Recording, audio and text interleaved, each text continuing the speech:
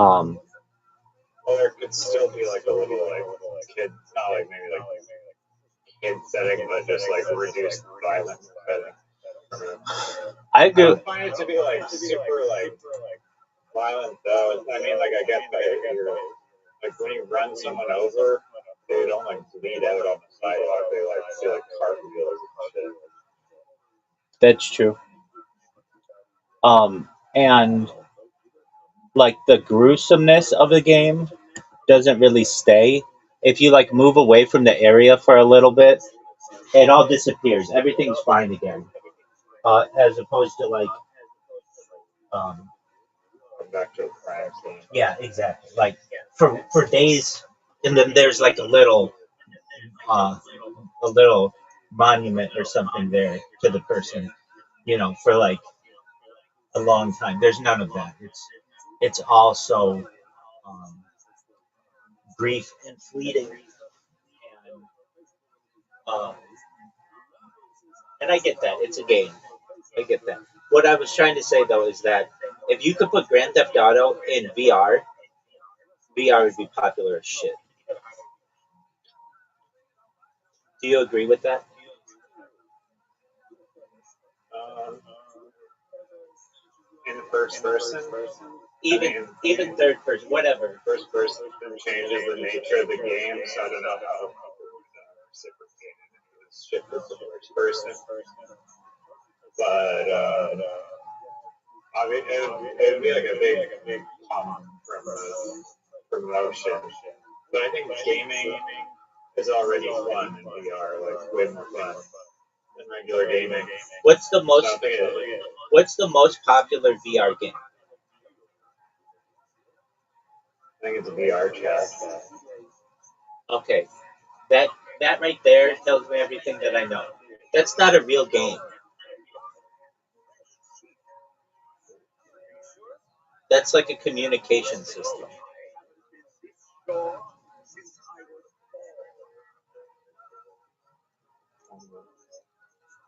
That would be like you saying to me, or me saying to you, "What's your favorite iPhone game?" And I say Messenger.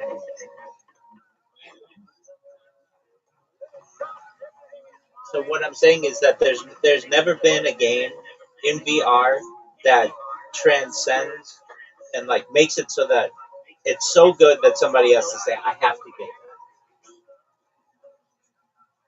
Um, oh, apparently Beat Saber. Yeah, I get what you're saying. The messenger analogy. Um, yeah, Beat Saber is the number one game, and then there's Job Simulator, Super Hot VR, Half Life is also a big one. Social platforms, though, VR chat, regular believers. Okay. So, uh, wait, amount of coffee sold.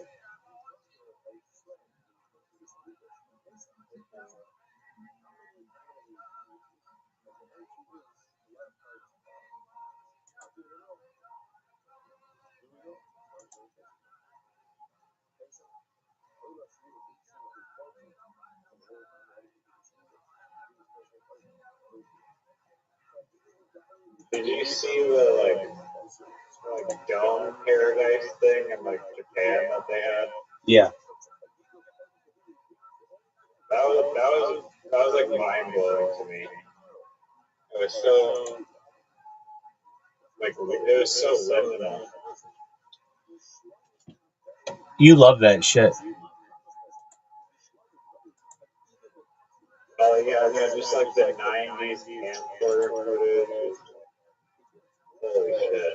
And just like the concept of like that dome vacation resort was like so eerie because just like painted sky with the clouds and shit, like the fake beach. It was so liminal. I haven't been in that, but Las Vegas uh in the 1990s they were experimenting with some of that, with like the ceilings that were realistic. I remember. Um, have you been to Las Vegas?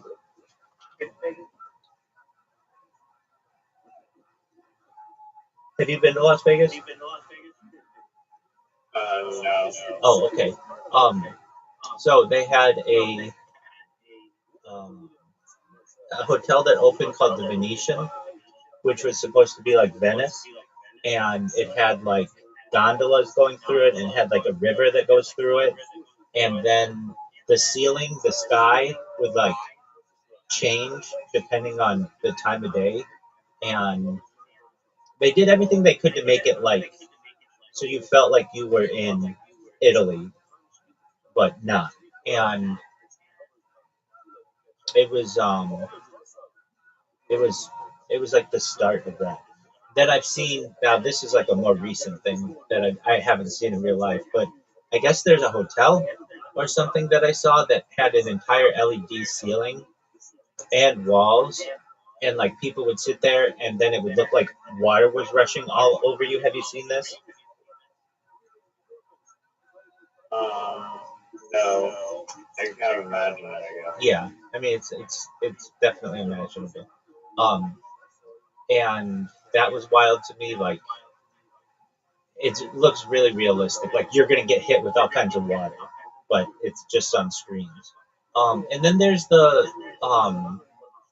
the sphere, which they're opening up different versions around the world, though not as big as the one in Las Vegas, which are kind of um, what do I want to say? Like augmented reality kind of ideas, or they're not quite virtual reality, but um, there's something to it. With virtual reality, I mean, I remember like virtual reality places opening up, and as I recall, um, it was pretty expensive, and the equipment gets broken, especially when it's not yours and you're just renting it or whatever.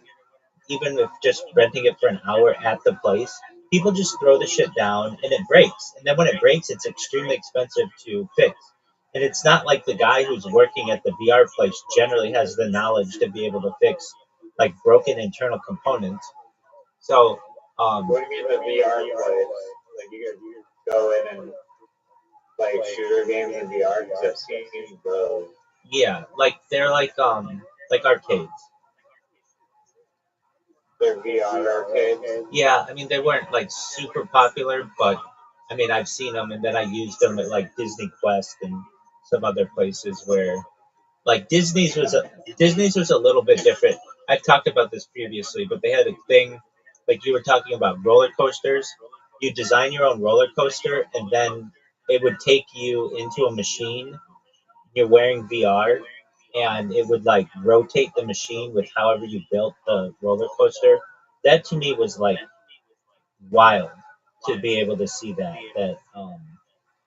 you were able to build something and then ride in it within a few minutes. That was amazing. Some people for whatever reason there's like some ride at Disneyland. There's some roller coaster. Um, and there's like no one knew what the fuck the roller coaster, like the map of it actually looked like where the tracks went and shit. And so the dude smuggled in a fucking like LiDAR camera into the roller coaster and just records the whole like Magic Mountain fucking like trip through the roller coaster and then downloads the LiDAR map into 3D software and they're like, finally, we can see what this fucking roller coaster looks like after like 38 years of it being open. Oh, that's interesting. Um, I was at Disney with my parents and their friends, and I had earlier in the day rode on. I want to say it's Pirates of the Caribbean, and I was there, and I remember there's this one part where like you you drop maybe like 5 feet or something, like down the water, and it makes your stomach drop. And I remember like everyone on the ride was like, "Whoa!" Like they were affected by it, like where that feeling in your stomach when it drops. And so later in the day, my parents' friends were going to go on it, and they uh, wanted to know if I wanted to go with them, and I said sure. So we were going on it, and as we were about to go over the falls, like where your stomach drops, I like drop my head down, like embrace myself because I know it's coming. And my parents' friends look over at me and they're like, "What's going on?" And uh, all of a sudden, the the thing drops, and they're like, "Oh, now we know because he's been on it before." And I had the knowledge. And a very interesting thing happened as we were on the ride. All of a sudden, I forget exactly what happened, but like the lights turned on, and you could see the ride with all of the lights on. And the ride stopped, and they had people who worked there who escorted us off, saying something had broken in the ride and we couldn't finish it. Um, we could finish it later in the day or something like that. But it was wild to see, like, wow, this is just like a warehouse with like skulls and stuff. But when they turn off all the lights and stuff, you can make it really spooky. Like the same idea with that LiDAR, like trying to figure out all the stuff that's there. They tried for like 30 years. Theirs is much more advanced than what I experienced, but it's just really like how you decorate it can make it very um, They confusing. don't want you to see how lame the actual Exactly. the lights are. I mean, it's amazing what lighting does to something. I've seen like It's a Small World, like when they have the lights on and it just takes the mist, the magic away from it. Um, and then you realize that the boat that you're in is literally in 1 feet of water. Like you could stand up in the water. It's not like a huge like river or anything like that. Um, and but but Gesundheit, You're Gesundheit. not actually like moving anywhere. Like you're just leaving the screen. Exactly. Um, Just on a treadmill. and just through like sound and light and maybe like a little mist or like fog or changing temperature, they can make you think that you're in a completely different area. This gets to something that I haven't experienced, but I've heard about. It's called 4D movies, which we've talked about a little bit. So you have 3D movies, which I've been to, but 4D movies are the idea of the the chair shape, and you might get water on you in the theater, and there's also like smell-o-vision. Also smell, yeah. Exactly. I've been to one at Disney World or Disneyland, whatever the Florida one is. That's world. Everyone, there's like this freaking thing. They made it seem like at the end of the movie, it's like they said like, oh, ladies and bugs, and you may like now like the theater, and then like it felt like this like bug was like just ran from like each side of like the seats to the one side of the seats to the other, and like everyone, including myself, just got so freaking startled by that. Oh, that's interesting. So they like had a little vibration in the chair.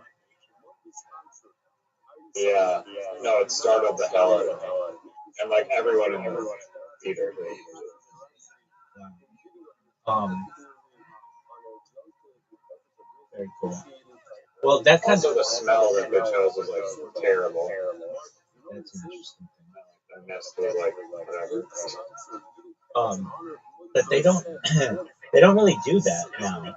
Maybe at like a theme park, but that never became common. I guess the theater experience has just diminished. I was Did you see the like in the documentary that movie theater with like the seats that like it was like a regular like movie theater, but like the whole seats were on like these like mechanical like legs that were moving up and down. right. Like they don't have That this. was, I've never seen that before Right. until that documentary. Um, it's interesting to me that that just never apparently became financially viable for places, and I understand why. There's a startup cost, but then the keeping that stuff like in good condition and repaired constantly, and then the downtime, like if you have chairs that are broken, nobody wants to go there. So then you have to shut down your movie theater to fix the chairs or whatever. Or you have to pay really expensive prices to have these guys work at night or whatever. Like it and then there are some people who are gonna be like, I don't want my chair to move. I just want to watch the movie. Um and that's why it's only been like kind of a special thing. Um I was reading a IMAX movies are dope though. I fuck with IMAX. I do too. I do too. I think they're tight. Do you remember your first IMAX movie? Yeah, I've only been to like two, Um, but yeah, it was like some mountain climbing movie in like the Alps or something. It was just like crazy. I remember. I think I was at Universal Studios, or it might have been in Las Vegas. But the first one that I saw, we had a choice. They had two movies.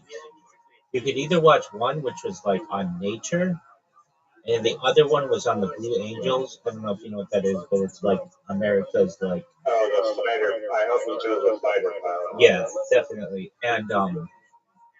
And we did, and it was pretty mind blowing. Like this is in the late '90s, and I remember going with my parents, and it was just like they're flying upside down and all kinds of stuff, and you're just looking at this giant screen, and um, that was really cool.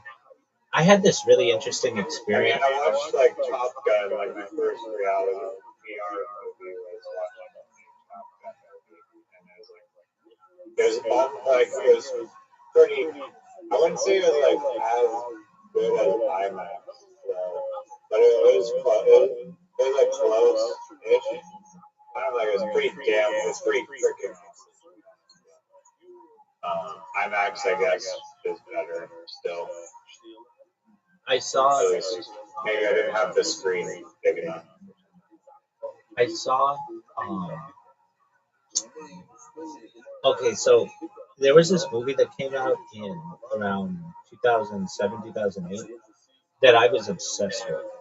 Uh, for a bunch of reasons. I really like the Beatles, and I was doing like it was my first delve into psychedelics, and my friend, uh, like I didn't get mushrooms that much. Like I guess mushrooms were maybe bigger in some places, but um, they were rarer in like the early 2000s, and like we didn't know anyone who lived on a farm or anything like that where you would get them. So like we had to like get them through a guy, through a guy, through a guy, and they it was the opening weekend of a movie called Across the Universe, which is the Beatles musical, and I was so excited to see this movie, like just so stoked. And I asked my friend, like we had plans. My friend and I had plans to go see this movie, and I think he had a paper to write or something, and he was unable to write. He was unable to go, and I normally wouldn't have gone without my friend. I'm usually a pretty loyal friend, but I was like, I really want to see this movie. Like, come on, let's go. He's like, I can't. I've got this paper there. And I'm like, dude, it's showing uh, in the. And another thing is, I wanted to see it in the IMAX theater, and uh, and so I was like, I'm gonna go. I want to see it. And it happened to be like I went on like a Sunday night at like 10 p.m. Like um, the last hour, the last like movie of the theater that day, and I was the only person in the theater, and I sat in the and I sat in the front row and was just blown away because like I was just looking up and there's no one in the fucking theater. I think maybe a little later, like two people came, but like I had the whole theater to myself, and I was just watching this movie that was about the Beatles. That's very trippy, and it was wow. It was like Were you tripping? I wasn't tripping on acid or mushrooms or anything, but I'm fairly certain I was high as fuck. Um, and allegedly, and so then the next week came by, and my friend was able to go to the movie, and and we wanted to see this movie on mushrooms. And I was like, dude, you got to see it. It's amazing. It's amazing. It's amazing. And he's like, dude, I I know you say it's amazing. I get it. Like you don't have to remind me every 10 minutes. I'm like, I know, but it's so cool. So we end up doing mushrooms, and it was uh, it was an experience unlike I'd ever had. So like the mushrooms are starting to kick in as the movie's kicking in, and it's really good. And I didn't realize it. There's this one really sad scene where they're singing "Let It Be" in the middle of riots in Detroit, and there's this little boy who's just singing the song, and it's like really, really, it's like the height of the movie where it's really sad. And I didn't realize it, but my phone had slipped out of my pocket in between the seats, and my phone went off, and it rang and ruined the movie for the whole theater because I couldn't get my hands on the phone. And then the person called back, and I still couldn't get it. I finally got my hands on it and was able to mute it or whatever. And this is like before movies would even say like, "Oh, you shut off your phones." Or, even if they did, I thought maybe that I had, but I was tripping on mushrooms or whatever. But the thing is, my friend and I laughed harder than perhaps we've ever laughed ever because it was so funny. But this is the saddest part of the movie, and a fucking phone is going off, and it's my phone, and I can't get it because it had fallen in between the seats. It was just a very funny experience that we had, and I don't know. Have you ever seen that movie Across the Universe? I haven't. It's amazing. I'm looking it up now. Dude, Bono's in it. Uh, look up the scene. Um, look up Bono Across the Universe. I'll watch it alongside you. It's one scene, but it's so trippy.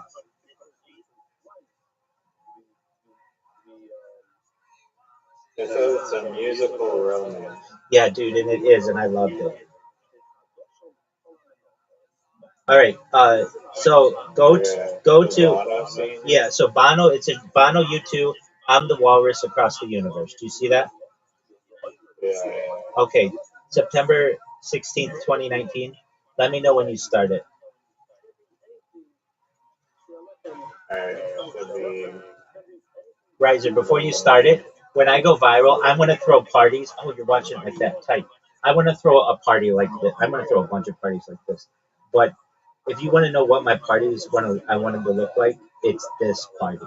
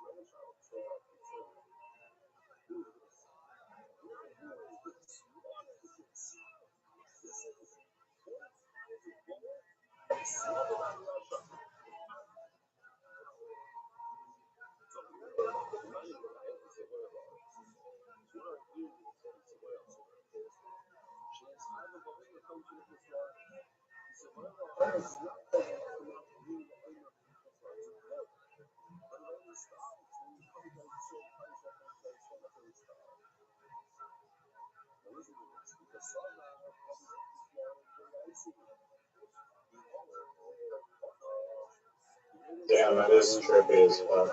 It is.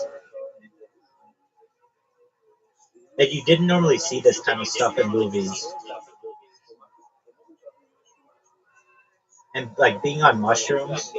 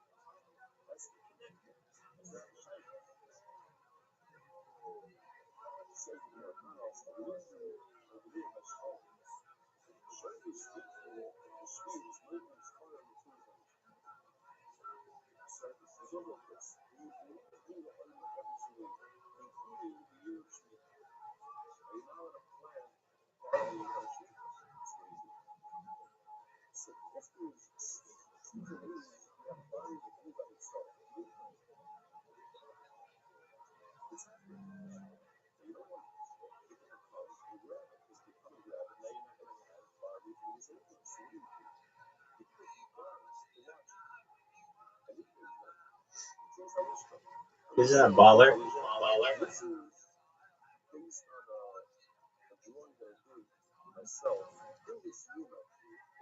Baller.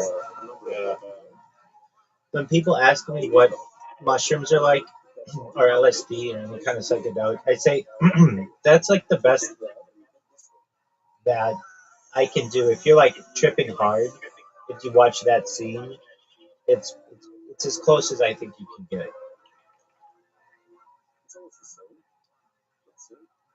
Um, yeah, I mean, I wouldn't say that it's like, I mean, kind of visually, I don't know, I've seen like create like the most like beautiful artwork that like I've ever seen in my life on mushrooms, where it's like just like divine visual like awesomeness, and but that was like very cinematically well done. It wasn't like the trippiest like visual things. Like I wouldn't say it's as hallucinogenic as probably mushrooms are. It is a trippy vibe for sure. Yeah, I mean, you could trip. It depends. Like, it's a good introduction. Like, there's that psychedelic aspect of it, and there's the music aspect of it. And then what I think is like interesting is like it's like that.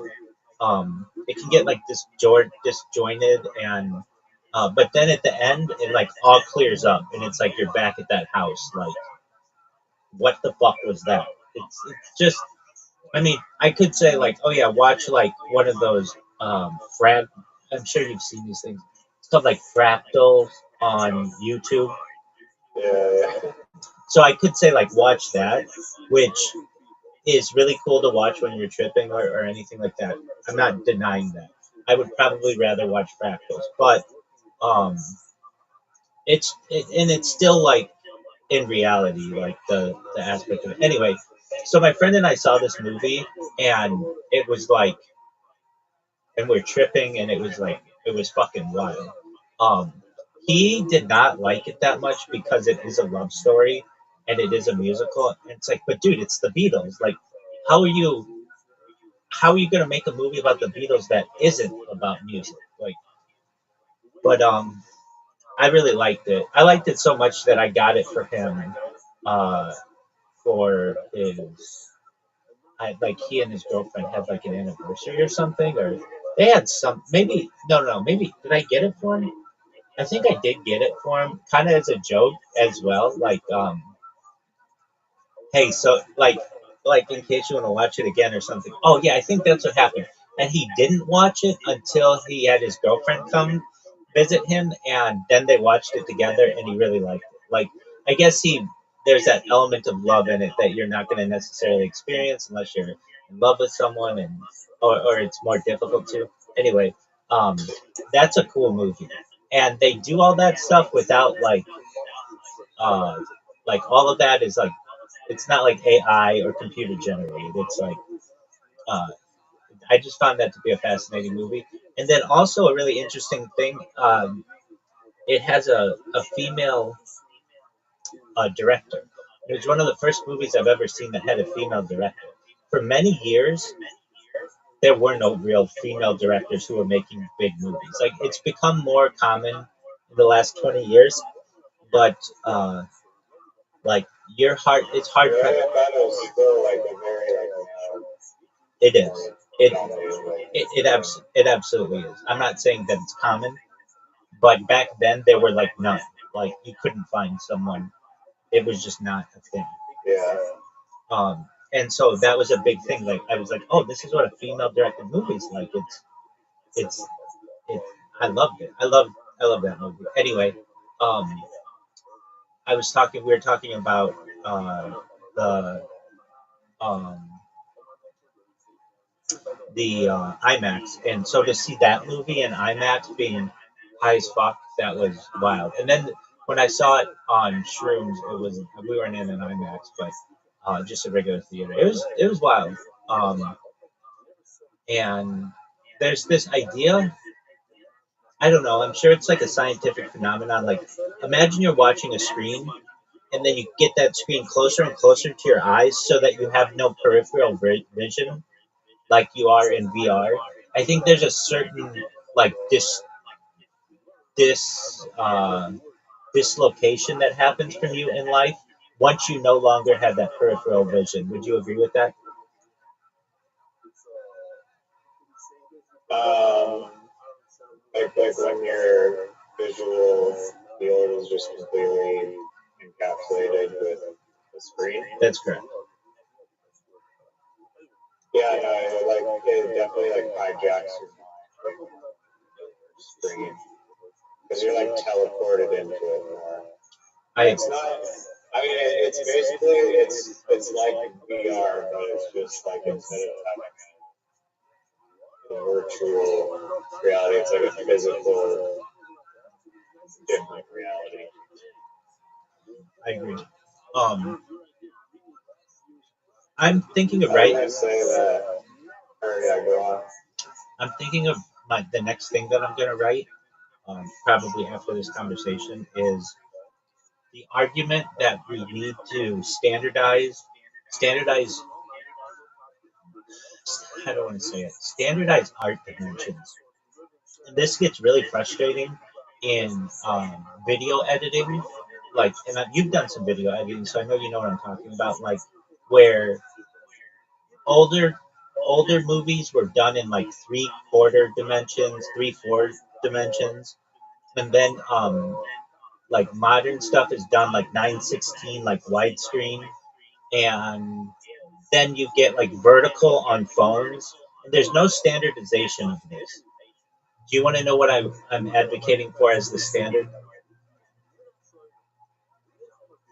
Um, I thought there was like I thought there are like standard ratios of like 1080 times or whatever and No. two That's eight different. 270 No. That's no. Maybe I'm not clear. That's that's quality. I'm not talking quality. I'm talking about the shape of the screen. Like we just. No, no, I am too. I am too. Actually, I'm not talking about the resolution. Like the dimensions.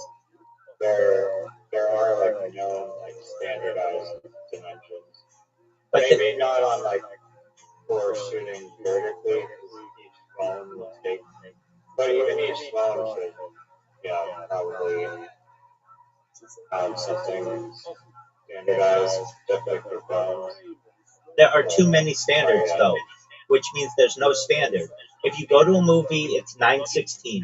If you watch it on an old television, it's 3/4. 3/4. If you watch it on a phone, it's 16:9. It's the opposite. And what I'm saying is like what you just streamed there, I was watching it on my phone and I'm like, this is really funny because there's all this black screen and then just this little bar of what you would see in a theater. And I have said this before and I'm advocating this, that the dimensionality of all art, we should just get a standard. That standard should be 1-to-1. It should be square. Yeah, that one seemed like it was almost like That could be. What I'm saying though is that phones should be square, like, and they are becoming that, especially with the flip phone, but or like the flip iPhone or whatever. But like when you take a video now, it shouldn't be like portrait mode or landscape mode. That shouldn't be a thing. It should just be square. no square isn't good. No Square, one wants to watch square. square's the best. Square is horrible. No, if you look at movies, most of them of the stuff that's important is in the square anyway. Or you one by one. Yeah. Which important movies are one by one? No. I'm not saying the whole movie shot one by one. I'm saying the action that happens in the movie happens in a box that's in the 1 by 1. The stuff on the sides doesn't really do anything for you. No, that's not true. I disagree. Okay, then give me a standard. Give me a standard. When you set up that shot, usually it's like thirds, and that's like a very common thing where it's like your subject is going to be in like one of the 2/3 of the thing. It's going to be your subject. Okay, then give me a And standard. that you can still do it in a square or whatever, but I don't think people want to watch squares, please. Yeah, they do. Yeah, they do. Okay, well you haven't seen it. Give me an example of a dimension that works on a vertical phone as well as it works in a movie theater. I'll wait. The widescreen works on a vertical phone. It just has the black stuff on the top and bottom. Exactly. That's so you're looking at this tiny little screen and you're wasting most of your screen. Or you can rotate it sideways and then you get the same widescreen. That's true. Okay, then imagine you shoot a video on a phone and you want to show that video on a movie theater. So now you're just going to have two big black sides on each side. That's why the 1-to-1 dimension works best. No, but then it's like a lose-lose instead of a like when you shoot it vertically, it's a win for the phone, and when you shoot it horizontally, it's going to be a win for like a computer. I agree. But So then, 1-to-1 is like a lose for the computer and a lose for the phone. It doesn't maximize any of those. incorrect. Because imagine it's a flip iPhone. Then it's a win-win. Then it's a perfect square. Why is the flip iPhone a rectangle that unfolds into a square? Yeah, exactly. It's two rectangles that unfold into a square. I don't know. I'm telling you, that's how it's going to be in the I mean, future. I like the font. I'm telling you, that's how it's going to be in the future. So that means that It depends on what the shape of the phones are. I'm telling you, They all go to square, everything and they will. all become square. I'm saying everything will go to a square because it is the most neutral of any of the shapes that it could be. It works in a theater. It works on a computer. It works on a square phone. But everything was just a rectangle shape and they were the same. But stuff isn't a rectangle shape. Uh, Phones are vertical, and a square phone is going to be so you're just going to have black on the top and black on the bottom. People won't want that. If you have a phone that has a square screen that because it unfolds, people are going to want the entire image to take up that screen. And the way that that's going to be done is through a square 1-to-1 ratio. Well, arguably in the future, we might be in virtual reality where you're viewing things from like your full field of view. So it could be in your entire retina field of view perspective, and even more than that, like 360 degrees. That's assuming that we're using a phone, like a device or something. I don't see anything. Like I get it if it was standardized. Why do you think they haven't made them squares? They used to. There used to be a standard long time ago with the television where it was just a square. Your television was just a square. But the movie industry got involved and recognized that it was. I don't want to say this incorrectly, so let's just look this up. This is a great question. Yo, dog, the the television dimensions used to be 1-to-1. Why did this change? I'm gonna look this up actually in ChatGPT because everything used to just be 1-to-1 or very close to it. You didn't have widescreen. That wasn't like a thing until like movies. Well, let me think. Maybe you did have like 1-to-1, like movies, like really early movies, but those seem square as well. Though I could be wrong.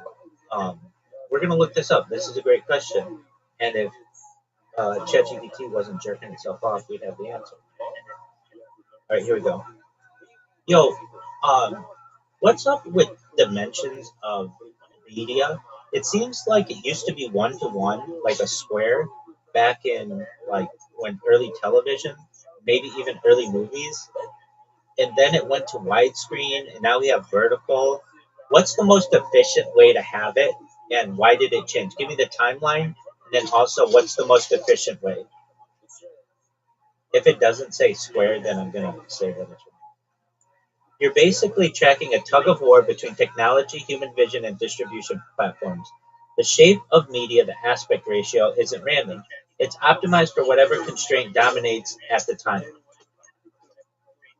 Timeline of media dimensions. Early film, late 1800s to 1920s, was 131 to 30, 1.33 to 1, 4 to 3. Driven by physical film stock and camera design. Almost square because that's what early machinery handled well. This became the default frame for visual storytelling. Early television, 1930s to 1990s, 4 to 3. TV inherited film's aspect ratio. Why compatibility? Early TV literally reused film content. Also, CRT screens, tube TVs were easier to build in that shape. Widescreen cinema era, 1950s to 2000s, 1.85 to 1, 2.35 to 1. Hollywood needed to compete with TV, so they went wider to feel more immersive and epic. Matches human horizontal field of view better. Think big landscapes, action scenes. HD TV standardization, 2000s to present, 16 to 9. A compromise between 4:3 and cinematic widescreen. Efficient because doesn't waste too much space on old content, still feels wide and modern. Became the global standard for TVs, YouTube, gaming, etc. Mobile first, social era, 2015 to present, vertical, 9 to 16. Phones changed everything. People hold devices vertically, content follows behavior. Platforms like TikTok, Reels, Shorts optimized for full screen engagement, one handed use, scrolling feeds. What's actually most efficient? It depends on what you optimize for. Human field efficiency is widescreen, 16:9 or 2:1. Humans see wider than tall, best for movies, gaming, real world immersion, minimizes wasted peripheral perception. If your goal equals realistic viewing, widescreen wins. Information density, work productivity, ultra wide or multi window. Even wider lets you. Are you fucking eating? What is this sound? Oh yeah, sorry. Information density. Alright, well, that's the loudest shit of all time. Information density, work productivity, ultra wide or multi. Dog, dude, you are so loud when you chew. Just Yo, your mic is no. You do not say on my mic. no, your mic is too sensitive. I hear my mic. It's amazing. There you go. Even wider, 21:9, 32:9 lets you see more side-by-side data.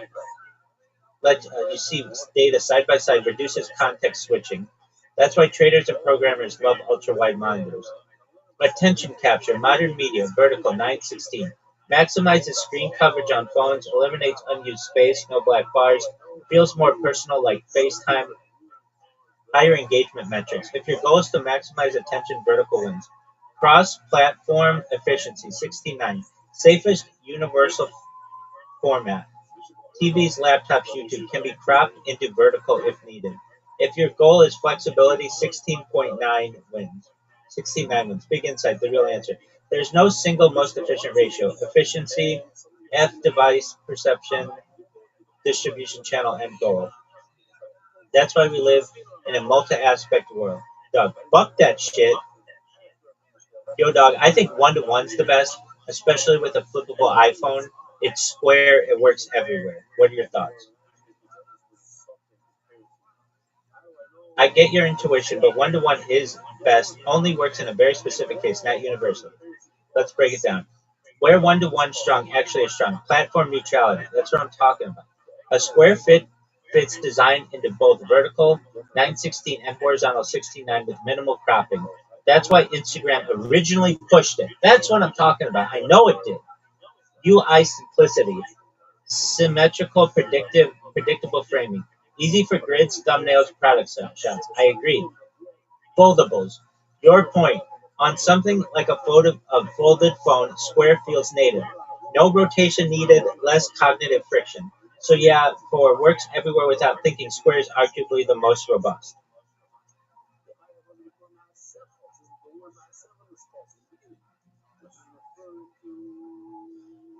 So square is for like the best for a robust generalist. Square is the most format agnostic compromise. If your goal is works okay everywhere, square is solid. All right, Mr. Crouton, can you hear me? Yo, I really enjoyed the ASMR of being in your mouth. You're welcome. All right, so dog. So yeah, you're for yeah cross-platform interoperability or cross-device. It's great. I agree, and I also For agree. actual consuming the media, it sucks. It depends on what you're consuming it on.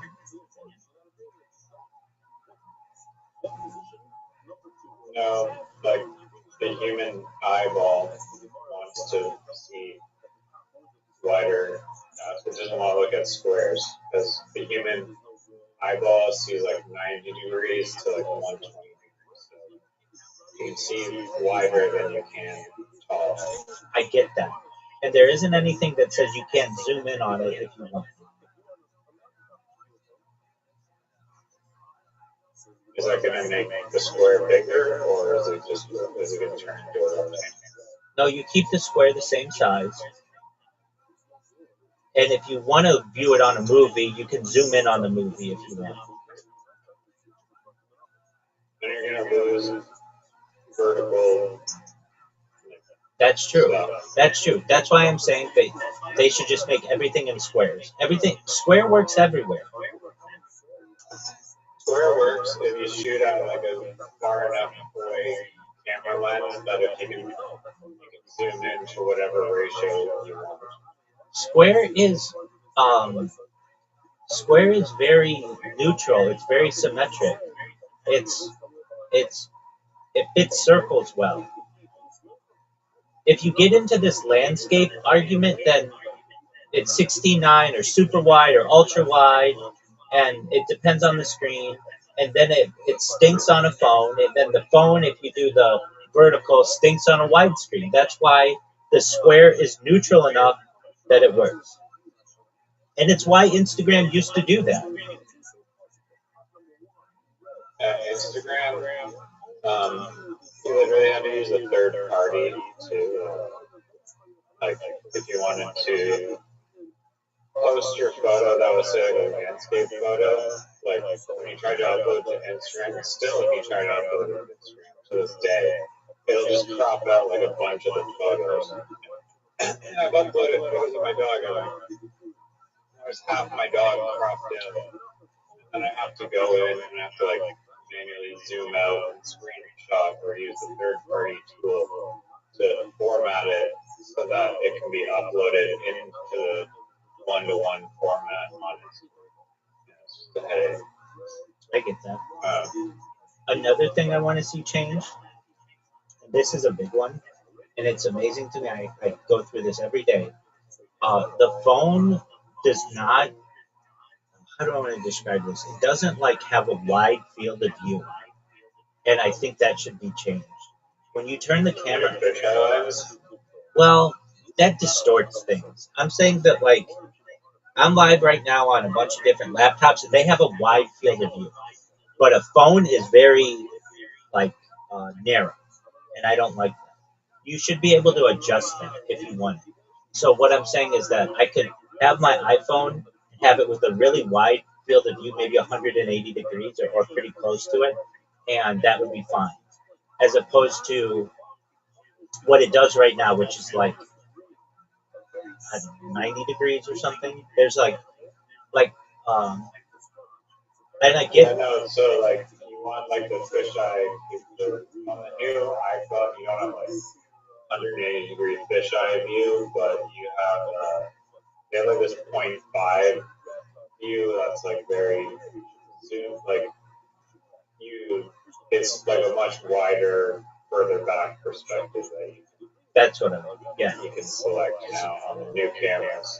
So let's look that up. It exists, it's just not in the old phones. Okay, but why did it take 20 years to get there?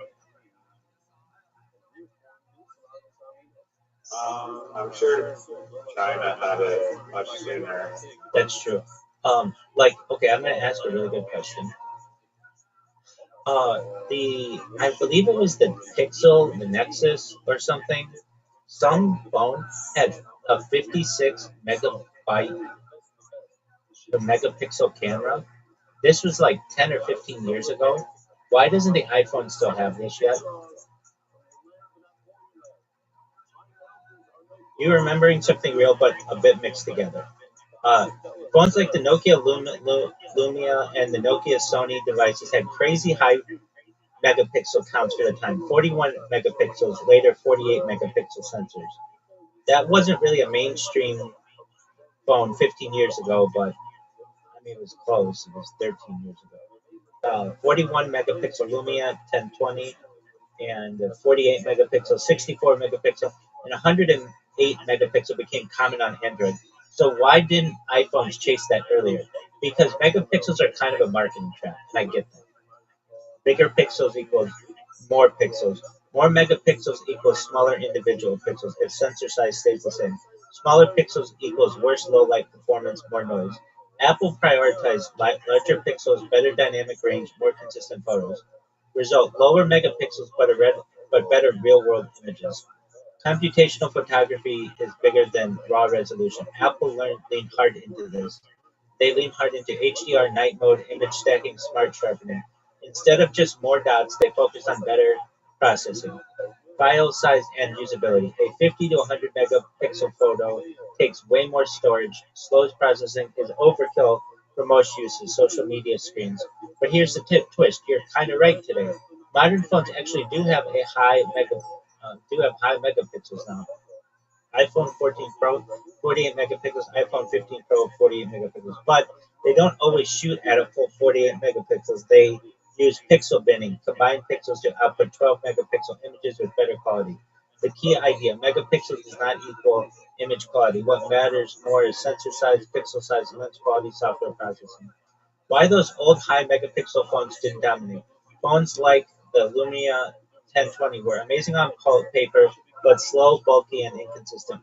Meanwhile, iPhones fell faster, took better photos most of the time, so Apple waited until sensors improved, chips got faster, storage became cheaper. Bottom line, you're noticing a real tension. Android more megapixels now, Apple better photos overall. Now they've converged. High megapixels plus heavy computation. Okay, here's the other question I have. Yo, dog, why is it taking so long for phones to have wider fields of view for their cameras? Like laptops have really wide fields of view, but phones are very constricted, like 1 to 1. Why? ha- Why isn't it like an And a adjustable? laptop's a shitty Why webcam. isn't it adjustable? What'd you say? A laptop is a shitty webcam. Yeah, but it's wide. Good instinct, but a couple things are getting mixed together. Phones aren't actually stuck at 1 to 1 or narrow views. Most modern phones already have ultra wide 120, standard 70 to 80 telephoto zoomed in. For example, recent models like the iPhone 15 Pro and Google Pixel 8 have multiple lenses you can switch between. So, in a sense, they're adjustable but not continuously like a zoom lens or DSLR. So, why not one adjustable super wide to zoom lens? Physics. This is the main blocker. Phone cameras are tiny and thin. A true adjustable zoom like a camera lens needs moving glass elements, physical depth, space for optics to shift. Phones don't have that space unless you make them chunky. That's why companies have multiple fixed lenses instead of one adjustable one. Hold on a second. I'm talking about the phone, the one that's facing you, facing the person. Ah, God, you mean the front-facing selfie camera. That actually changes the answer a lot. Short answer, it's not constrained by accident, it's intentionally limited.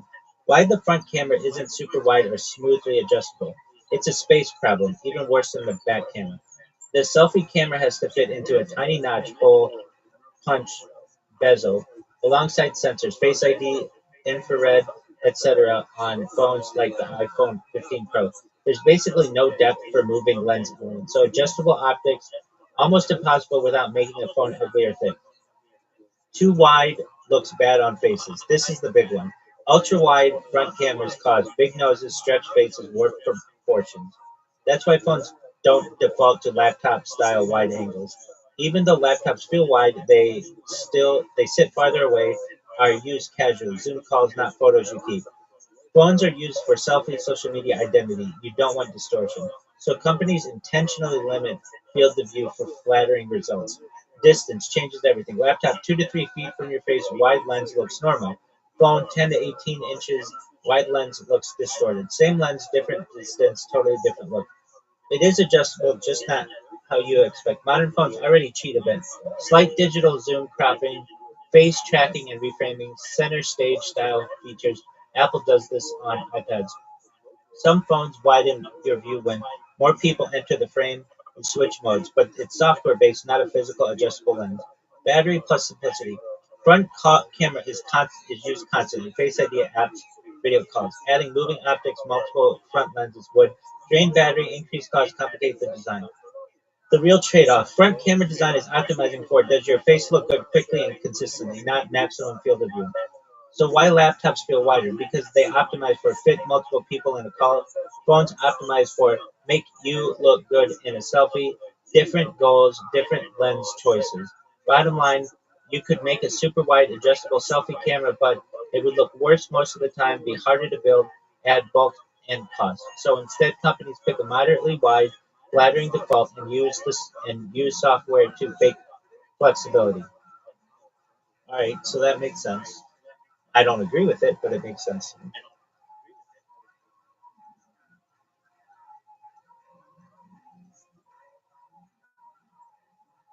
Was that the most fascinating thing you've ever heard, Mr. Crouton? Uh-huh. Almost the opposite, but I was gonna say, there's like this phone review guy that I follow on YouTube.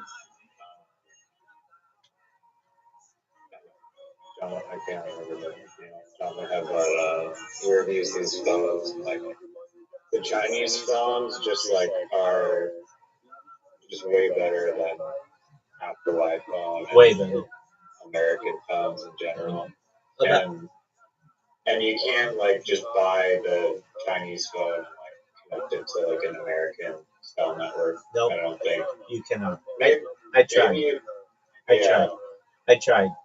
Like 15 years ago, I was all But in. I think that the computers are also more advanced, possibly, or maybe it's just the phones. No, it's both. About 15 years ago, I wanted to buy a Huawei, and because it was just like whatever Apple was putting out at the time, let's say, I don't know, 4 gigabyte RAM, Huawei was like 16 on a phone. The image quality on the camera, like Apple was like, I don't know, 10 megapixels. Huawei was like 70 megapixels. Everything was just like way better. And I was all about to pull the trigger to buy one, and then I looked up. Okay, so what do I do? Just take it to like AT&T and they have it like connect or whatever. And it's like, no, there's no way to get this thing to work on American cell towers. It's like completely different technology, and that's done for a reason because there's like a monopoly on uh, American cell service. They don't want to give that up, so they don't want any competition, and that's why Huawei. There's nothing to do. You can't just put in a SIM card and that's it. No, it is not that easy. Let's look up the exact reasoning for this. Um, why can't you use a Huawei Yeah, I'm phone curious to know. in Someone the is United States? jailbreaking one. Yeah, no, I know. I watched some guys do it, and it was so much work. It was like, no. Now they did have a soft launch, I think. Um, Huawei phones are not officially sold or supported in the U.S. due to a U.S. government ban, and newer phone models lack Google services. That was another issue too, making them impractical for most American users. The ban stems from national security concerns in 2019. The U.S. placed Huawei on the Entity List, prohibiting American companies like Google, Intel, and Qualcomm from doing business with it without special licensing. This was based on allegations that Huawei could be influenced by the Chinese government, posing risks to U.S. telecommunications infrastructure. New Huawei phones, released after May 2019, cannot include Google apps like the Play Store, Gmail, YouTube, and Google Maps. They run on Android's open source core of Huawei's own Harmony OS, but lack access to Google mobile services, which are essential for app compatibility and security updates in the US. While it is legal to buy and use a Huawei phone in the US, especially older models with full Google support, newer devices face limitations. No official US warranty or customer support, potential network compatibility issues, missing or non operated banking, work, or lifestyle apps reliant on Google services. Uh, Huawei has responded by developing its own ecosystem, Huawei Mobile Services, App Gallery, and Harmony OS, but adoption outside China and parts of Asia remains limited. Do you want to know how Huawei can become um, extremely successful in the United States? Yeah. Change their name to Win. No one can pronounce Huawei. Huawei. No one knows how to. No one in the United States is going to get on board with that. If they just say we're the Win phone, everybody's going to be, oh, I have a Win. Easy as that. Just like I love that in the documentary. Somebody's talking about like mapping, or yeah, they were talking about like fixing the human body to like live forever with like new organs. The guy was like, say someone comes with like a cryogenic chamber and they're like, oh, they need some stuff done. Well, it's just a matter of rearranging few molecules. Right. And he was like Yeah. this emerging uh, emerging scientific horizon known as nanotechnology. Yeah, which I don't know anything about. I mean, I get the concept, maybe, but I haven't actually dove into like what it can do yet in like the current state of it. Do you know anything about that? Yeah, I know so Like much how about it. advanced we are in nanotech? I know that there's university degrees that you can get. Oh, for sure. I am so into nanotechnology that I don't even go by nanotechnology anymore. I get into picotechnology, which is smaller than um, nanotechnology by 1,000. Um, Is there an actual example? I mean, one thing, does that not still classic like count as nanotech? I get that's a different scale, but can it's it sm- be lumped together? it's smaller. It's at the atomic level. I get that. And then and Is then there and is then that an actual thing? Like, there's real actual things being done with that?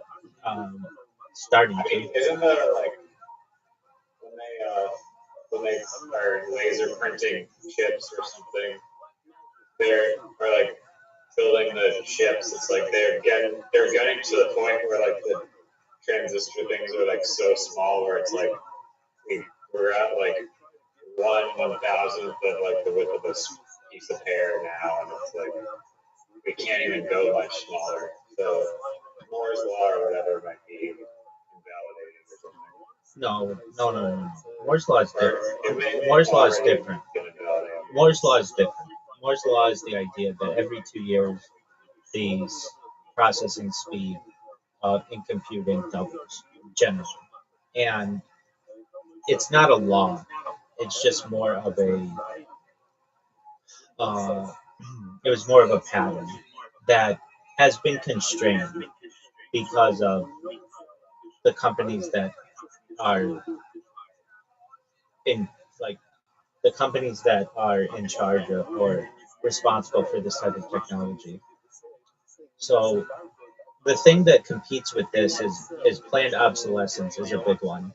Basically, a company purposefully not making their device usable long term and putting something in their device that purposefully breaks. The biggest one that usually they do this with is the charging port because they know that if the charging port doesn't work, nothing on that phone's going to work. And so they make weaknesses in the charging port, at least for phones. Um, Or they just stop updating it. that's one too, absolutely.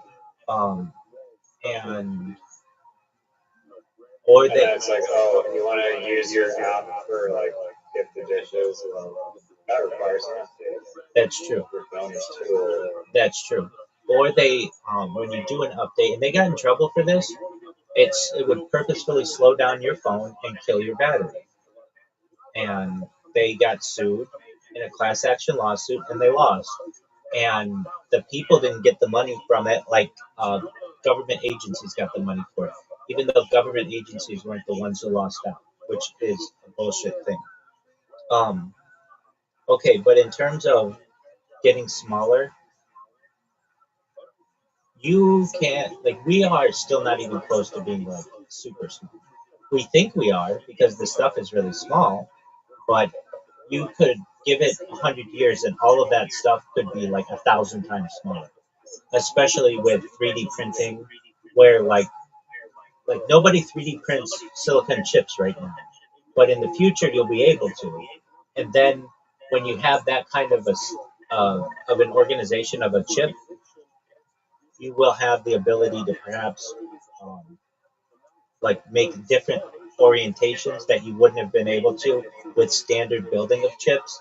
Kind of like what Bob Lazar talked about with the sport model, where he was like it was all just like almost like wax cooled or whatever, like a wax mold.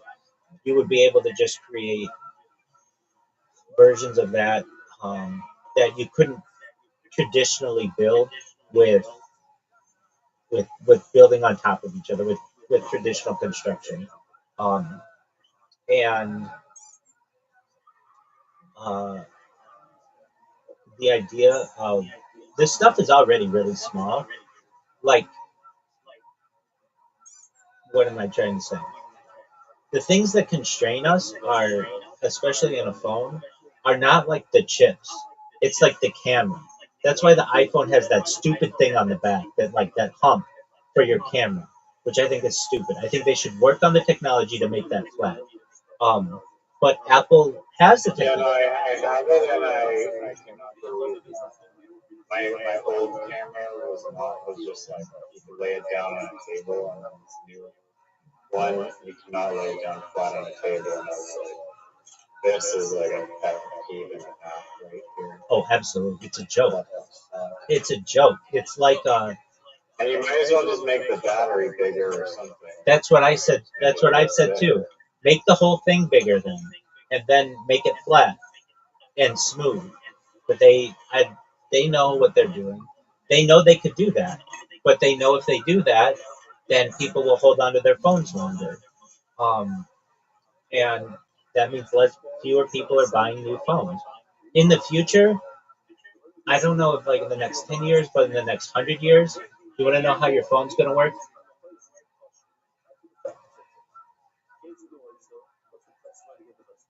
Okay, you don't want to know. I'll just tell it to the world. Well, you eat croutons. Can you fucking hear me? I did not hear fully what you said. The prompt that you got mad at me for not hearing I heard the other stuff. Okay, excellent. Apologies. Do you want to know how your phone's going to work in the future? What the phone will look like? Yes. Excellent. So I'm And if you say square, go fuck yourself. so I'm talking post-square world.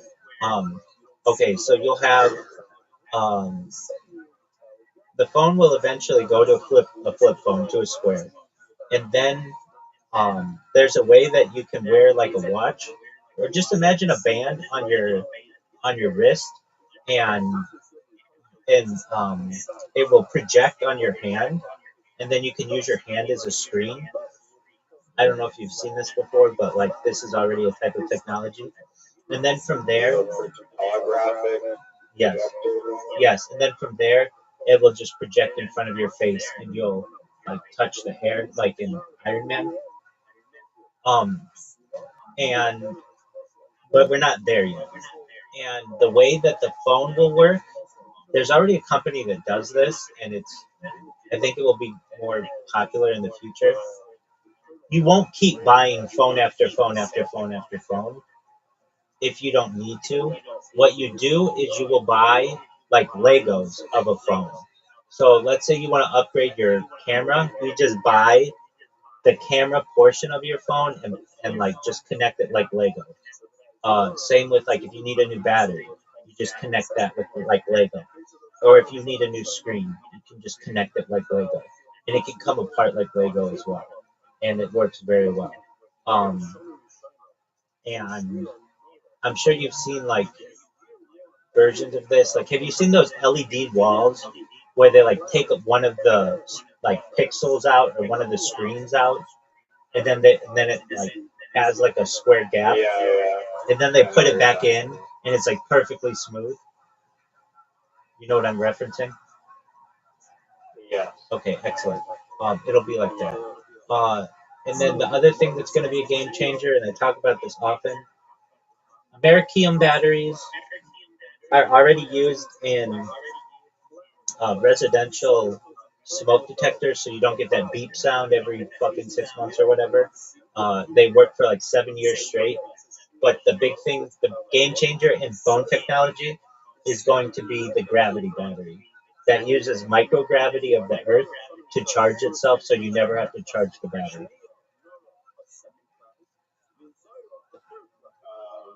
Have you? I've heard of gravity batteries, but I haven't heard of microgravity. Yeah, dog, batteries. because I talk about gravity batteries, dog. Here we go. Let's learn about them. Yo, can you please tell me about gravity batteries and how gravity batteries in a phone would never need to be charged using the microgravity of Earth?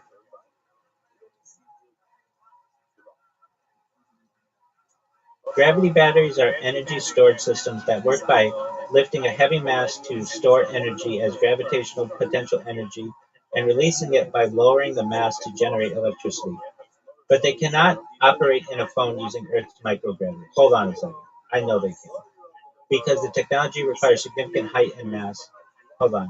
No, no, no, no, no, no, no, no, no. That's just what the man wants you to think.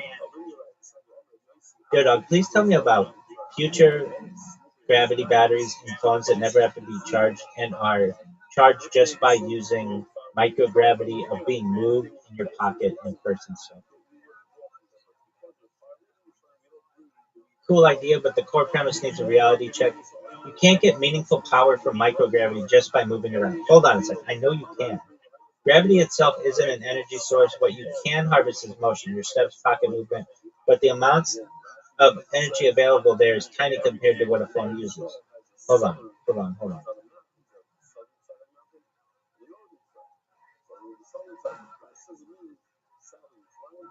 Where did you hear this idea from? I believe I read it on a website, like this amazing website that nobody knows about. It's called futuretimeline.net. And that's where I learned about like American battery. It's literally like aliens created a website and put it on the internet and then didn't tell anybody about it. And it goes into the future. Future what, Batman? Dog, Sorry. it's so baller. I think it's called futuretimeline.net.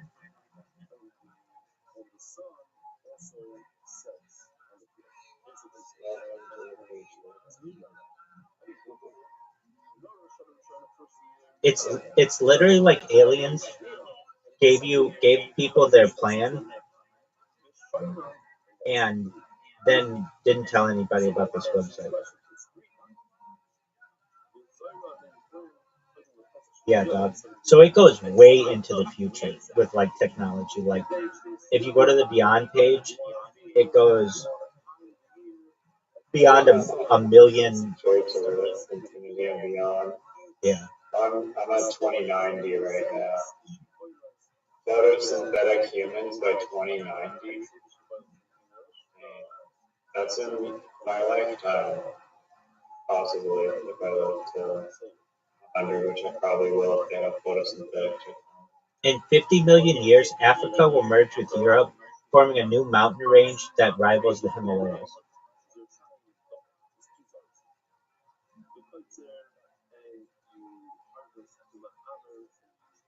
In 180 million in the Common Era, Earth will have a 25-hour day. 2095, many of the world's languages are no longer in use. That I believe we're seeing extinct languages.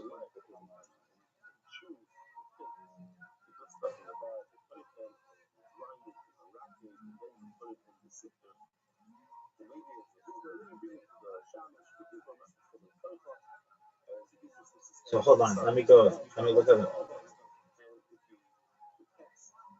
Yo, dog, in the future, like 100 years in the future, we'll be able to harness microgravity. I read it on the website, and that website is futuretimeline.net. And I believe everything on that website, and you should too, because it's like very futuristic. So tell me about how microgravity could be harnessed if you had really sensitive sensors. I like where your head is at, but I'm going to push back away and stay grounded. The site you mentioned, Future Time Identity, is fun and imaginative, but mixes real science and speculation. So we should treat claims like harvesting microgravity carefully. First, what you're calling microgravity. There are two different types people mix up. Real gravity from gravity. Earth's gravity is strong. You feel it. Tiny changes in gravity from movement are extremely small. Motion acceleration. When you walk, your front accelerates up and down. That creates forces that feel like changing gravity. Most microgravity harvesting ideas are actually just motion energy harvesting in disguise. Okay, that's fine. I think you can do both. The hard truth. This doesn't go away in 100 years. Gravity is a conservative field. If you go down, you gain energy. If you go back up, you lose the same energy. Net energy equals zero unless you add external work. So you can't passively extract energy from gravity just by existing or moving normally. This is the same reason you can't build a perpetual motion machine. But could super advanced sensors help? Yes, but not in the way you're imagining.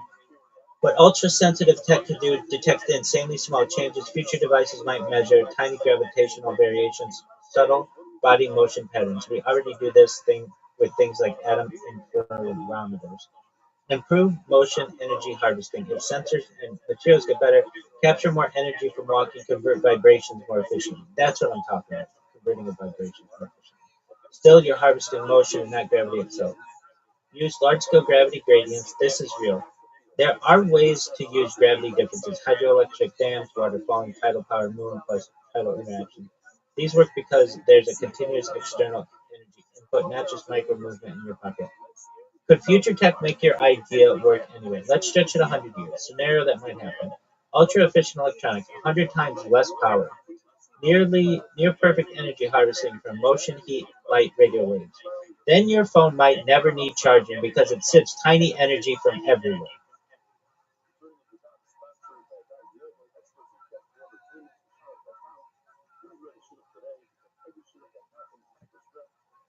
I'm okay with that.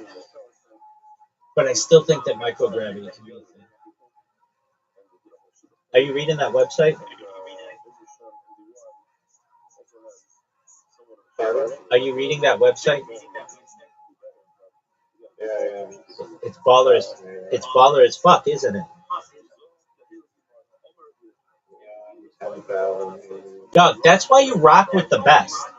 That's why you aren't jerking yourself off in some loser douche's Discord. You're here figuring out the coolest shit on Earth and beyond Earth.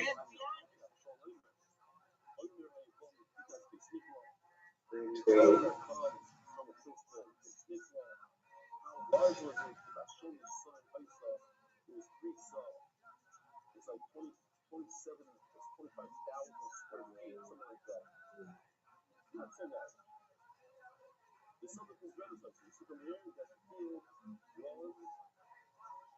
How baller is that website?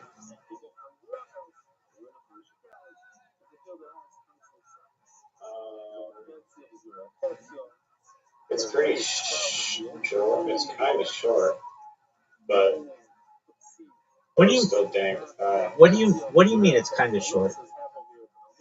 the black hole era of the universe. Yeah, but what do you mean it's kind of short? Like it's not like Ascension Glossary where it's just like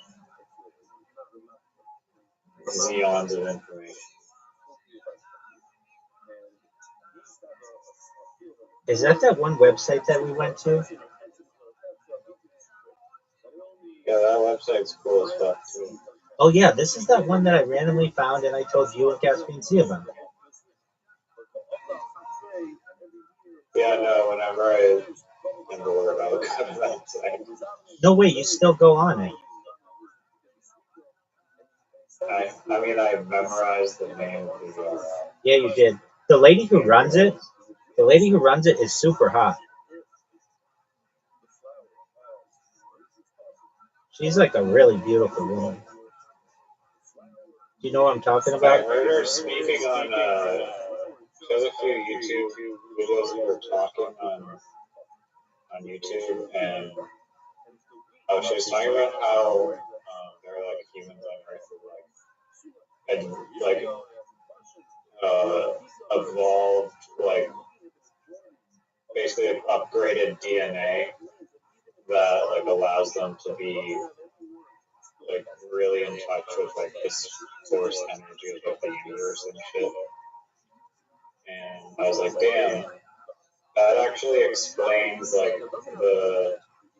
those like three fucking beings that I saw that one day that were just like they're just like superhumans. It made no sense how flawless these people were.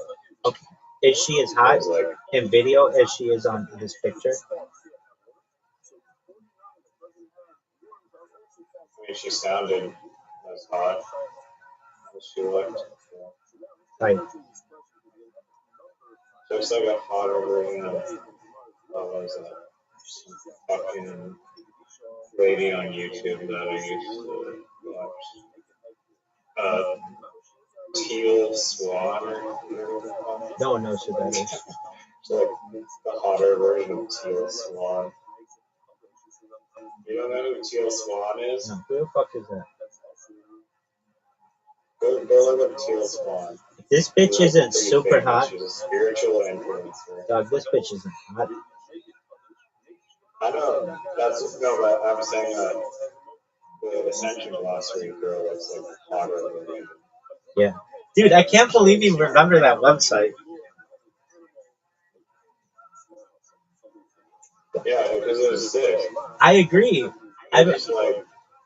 I remember. It was like the darknet Wikipedia. Exactly. Super dope idea. I forget how I found it, but this one day Caspian C was just chilling in here with me, and I was like, dude, Caspian C. He's like, huh? I'm like, dude, you have to go to this website. He's like, what is it? I'm like, ascensionglossary.org or whatever. And he's like, all right, well, I'm busy right now. I'm like, dude, just stop what you're doing if you can and look at it. And he's like, all right. He goes and he looks and he's like, dude, this is like the spiritual Wikipedia. I'm like, I know. And it was, I don't know how I found it because it doesn't come up like I've never known anybody to go to that website. You're right though. That futuretimeline.net is somewhat limited. I mean, I don't know how you want it to. I'm not saying you, but anybody, like how it's supposed to predict things like super in the future. But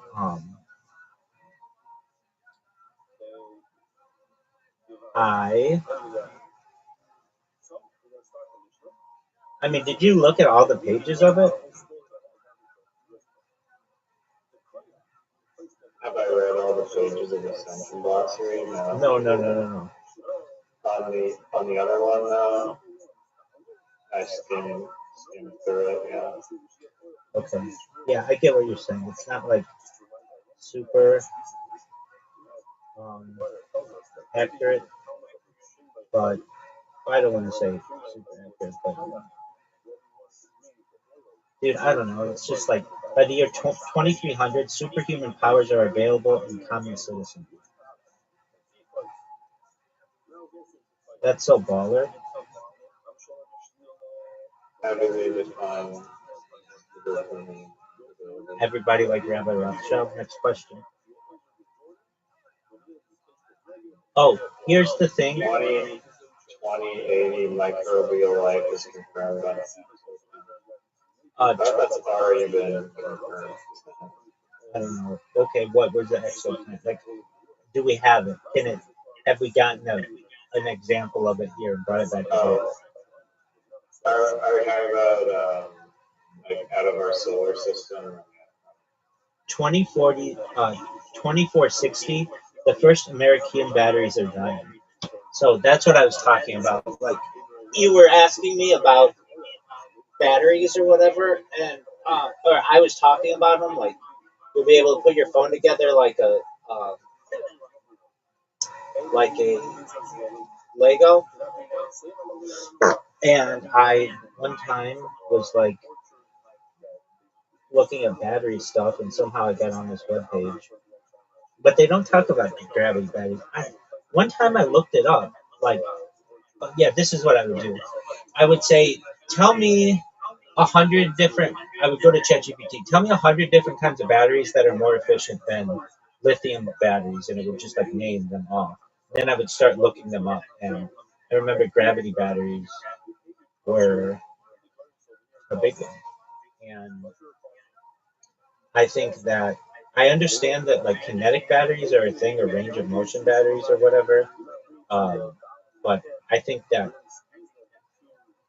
just give it a little bit of time, like we'll be able to harness Earth's microgravity and in relation to radio waves and all the other shit that's going on, and be able to not have to charge our phones anymore.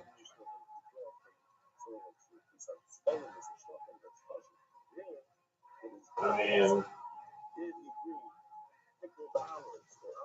I think that's probably a few years away. Yeah, I mean, but I'm excited for it. I'll be waiting. Um, One that's interesting, 2640, the longest running music piece, comes to an end. Like, why does it come to an end? What music piece is that? Like, couldn't you potentially, with just like AI, just have a piece of music that just is always going? 24/7 stream. Word, Beyond Cat. word dog. I love Beyond Cat. That's video. Joe Rogan was talking about this the other day. Of like how the magnetic poles of the Earth could like shift and then just fuck shit up. What do you know about that? Yeah, that it happened. It's already happened. Fast. By the way, did you see on this timeline that if you scroll down, it has explanations of all the stuff? Oh. Yeah. I was still in the blue shit. Same here. Same here. I thought it just ended up blue. Yeah, I did too. That's good. Yeah, so you get like explanations of what all that shit is.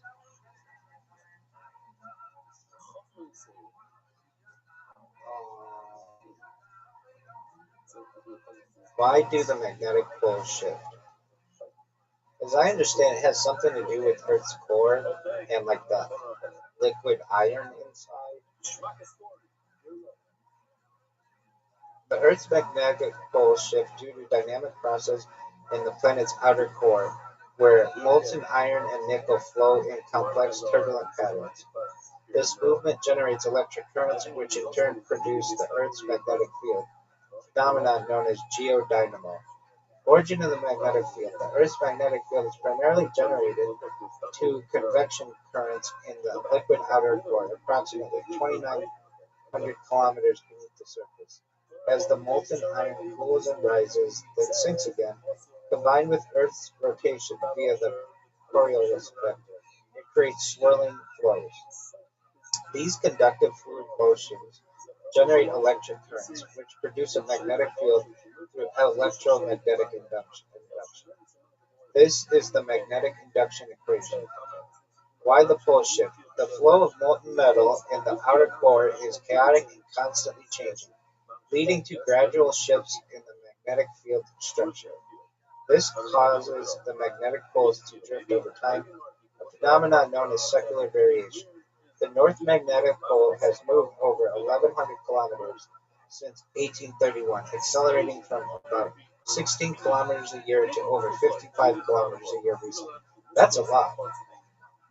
It has shifted from northern Canada toward Siberia due to competition between two large-scale regions of negative magnetic flux under Canada and Siberia. A weakening of the flux patch under Canada has allowed the Siberian patch to dominate, pulling the pole eastward. Why are you laughing? I don't know, it's just like, I think you said the word dominate, and I just like pictured he was doing a mini golf, like a little expression of, oh yeah, I'm dominating right now. There you go, big dog. Magnetic pole reversal. That's probably how Siberia's feeling. Oh, absolutely. On the Siberia, over longer time scales, the magnetic field can undergo full polarity reversals, where the north and south magnetic poles swap pieces. Reverses occur every 200,000 to 300,000 years on average, but are not periodic. The last full reversal was the Unes Matsuyama reversal about 780,000 years ago. During the reversal, the field weakens significantly and may become multipolar, with multiple north and south poles, before stabilizing in the opposite orientation. The process takes hundreds to a few thousand years. Can we predict pole shifts? No, because the fluid dynamics in the outer core are highly complex and turbulent. Pole shifts and reversals cannot be predicted with current models. While we monitor changes via satellites like ESA's swarm mission, the system remains inherently chaotic. However, these shifts do not correlate with mass extinctions of major biological disruptions. The atmosphere still protects life from most cosmic radiation, even during periods of weak magnetic field. Does that answer your question to some extent? Yeah, no, that's very well. I didn't quite fully grasp how it can have multiple north and south poles, but is the portion of Siberia like is the actual planet rotating so that like the was it up north, not Antarctica, like the North Pole is like actually like rotated a few degrees, like not centered on the north top of the world.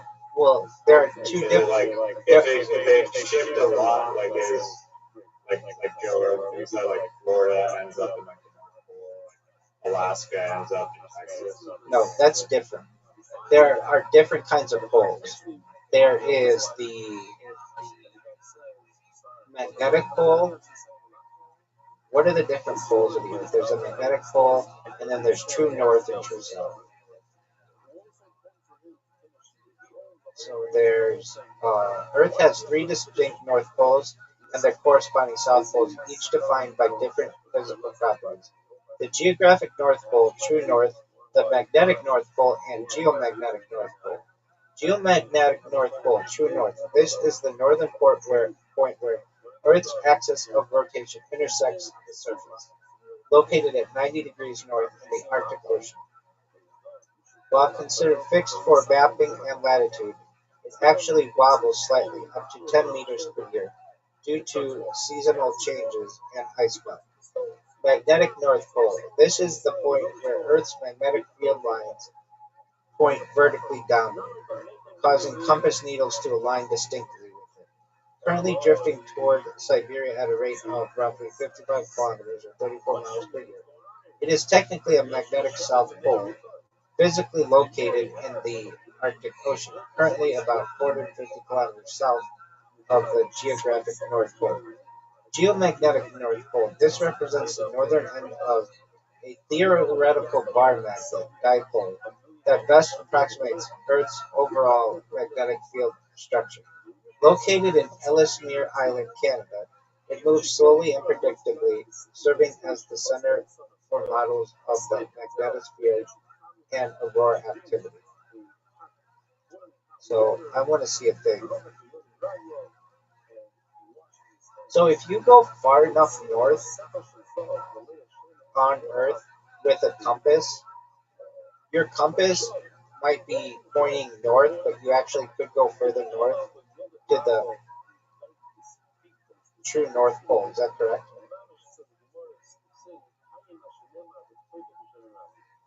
Yes, because the magnetic North Pole is not fixed at the geographic North Pole. The magnetic North Pole, which a compass needle aligns with, is currently located hundreds of kilometers away from the true geographic North Pole, the axis of the Earth's rotation, and it's constantly drifting. Magnetic versus geographic. A compass points toward magnetic north, while the magnetic North Pole is true north. These 2 points are distinct and separated by a significant distance. Declination. The angle between these two distinctions is called magnetic declination. Depending on your location, true north may be to the left, right, or distinctly in line where your compass points. Drift. The magnetic North Pole moves over time, currently shifting towards Siberia, meaning the distinction, meaning the direction a compass indicates as north, changes relative to the fixed location pole. Changes relatively to the fixed geographic pole. Does that answer all your questions on poles?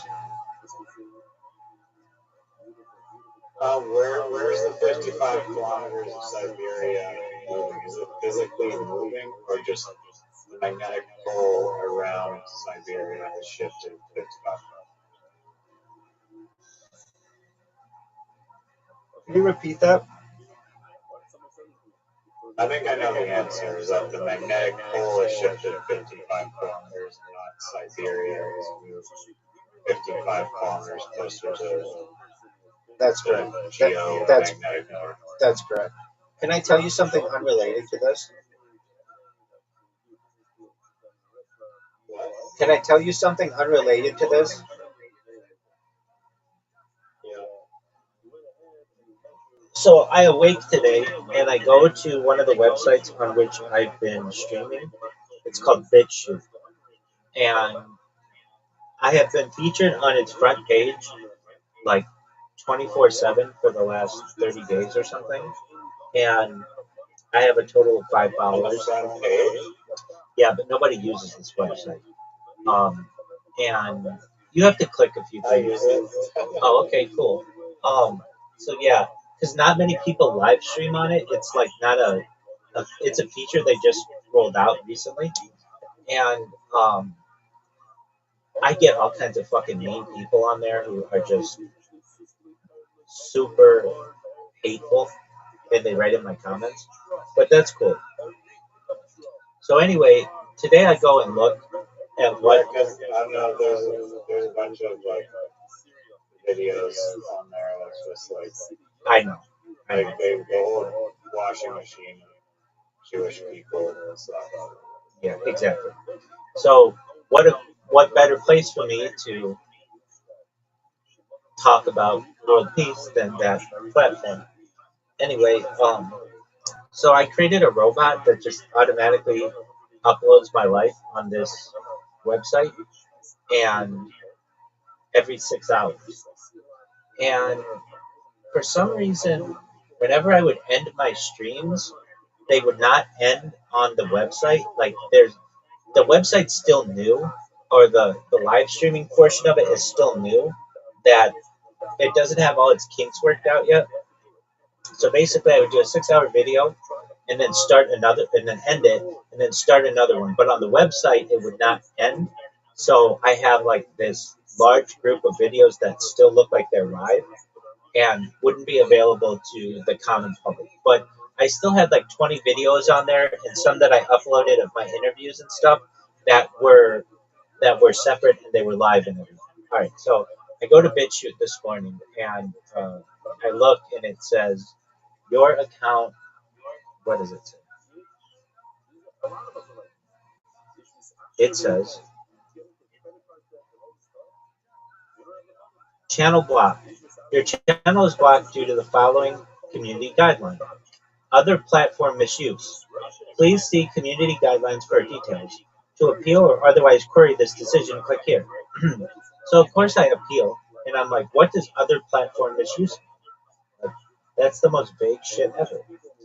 So I send them my request and I email them, and they email me back the following, which is just like a fucking joke. They write, "Hi, thank you for taking time to contact us on this matter. We have reviewed the channel and found it does breach our community guidelines. Best regards, the BitChute team out of fucking Wyoming." It's like, okay, what did I do wrong? Like, it's not like you were like, oh, you should kill Tony, which is copyrighted, or you were naked or something, because none of those are, like that didn't happen. What did I do wrong? And they just didn't tell me. And I just think that that's like, that's shitty that they don't have What did to. they say in their reply saying about Wyoming? No, that's just where they're based out of.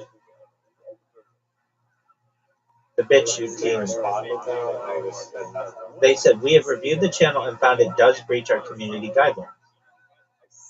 And then I asked, what community guidelines are those? Like, normally, at least YouTube tells me, hey, dude, we're banning your account for, the big one is ban evasion. Or we're banning your account because you watched the Super Bowl. Or we're banning your account because we can see your butt and we're calling it nudity because your pants weren't pulled up all the way. Or we're banning your account because you listened to this song that's copyrighted. Normally they tell me a reason. These assholes just were like other platform misuse. That's all I got. Is that a rule in the What does that mean? What is Good. what Do is they mention that in like community okay? I'm gonna look. Platform misuse.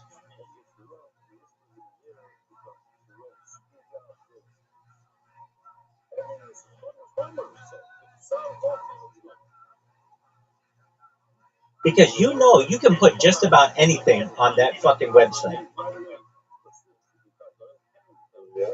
guidelines? Okay, so they say misuse of the platform and or functionality provided is not permitted and should, when discovering, be reported using flagging and reporting tools provided.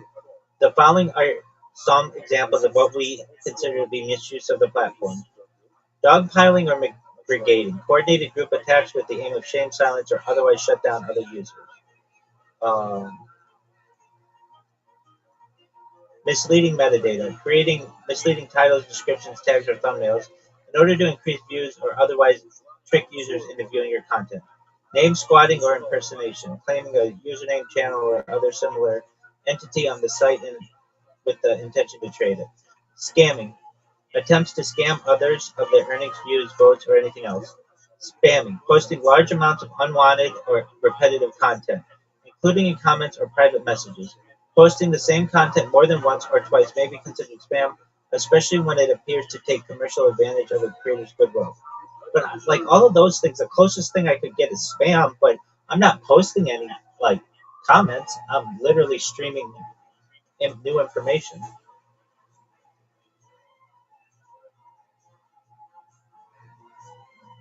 Sounds like bullshit to me.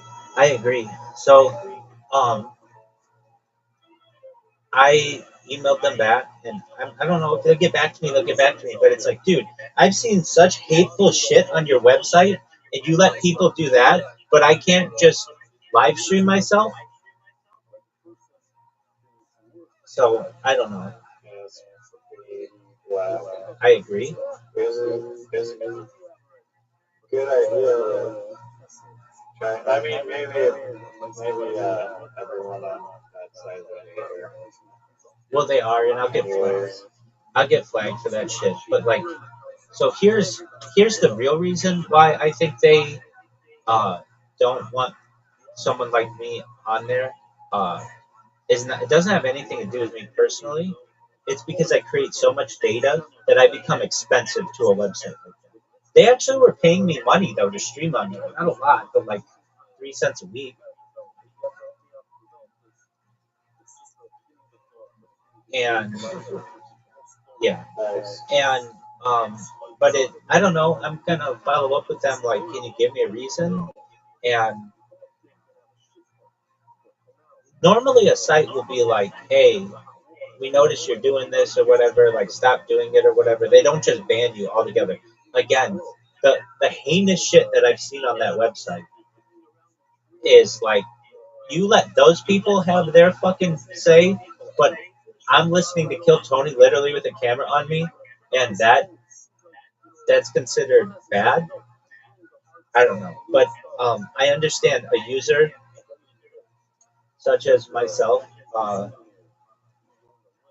becomes very expensive to a platform because they're having to store all my data. And when you're creating data on there 24 hours a day, that can Well, get, they don't have to store it though. Is it archived? yeah, that's why I was using their platform. How they do archive the stream? Yeah, so it's super expensive. Interesting. And they still pay you though. Yeah, isn't that hilarious? Yeah, and had they had the function that you could go back and watch my old streams because it ended properly, it would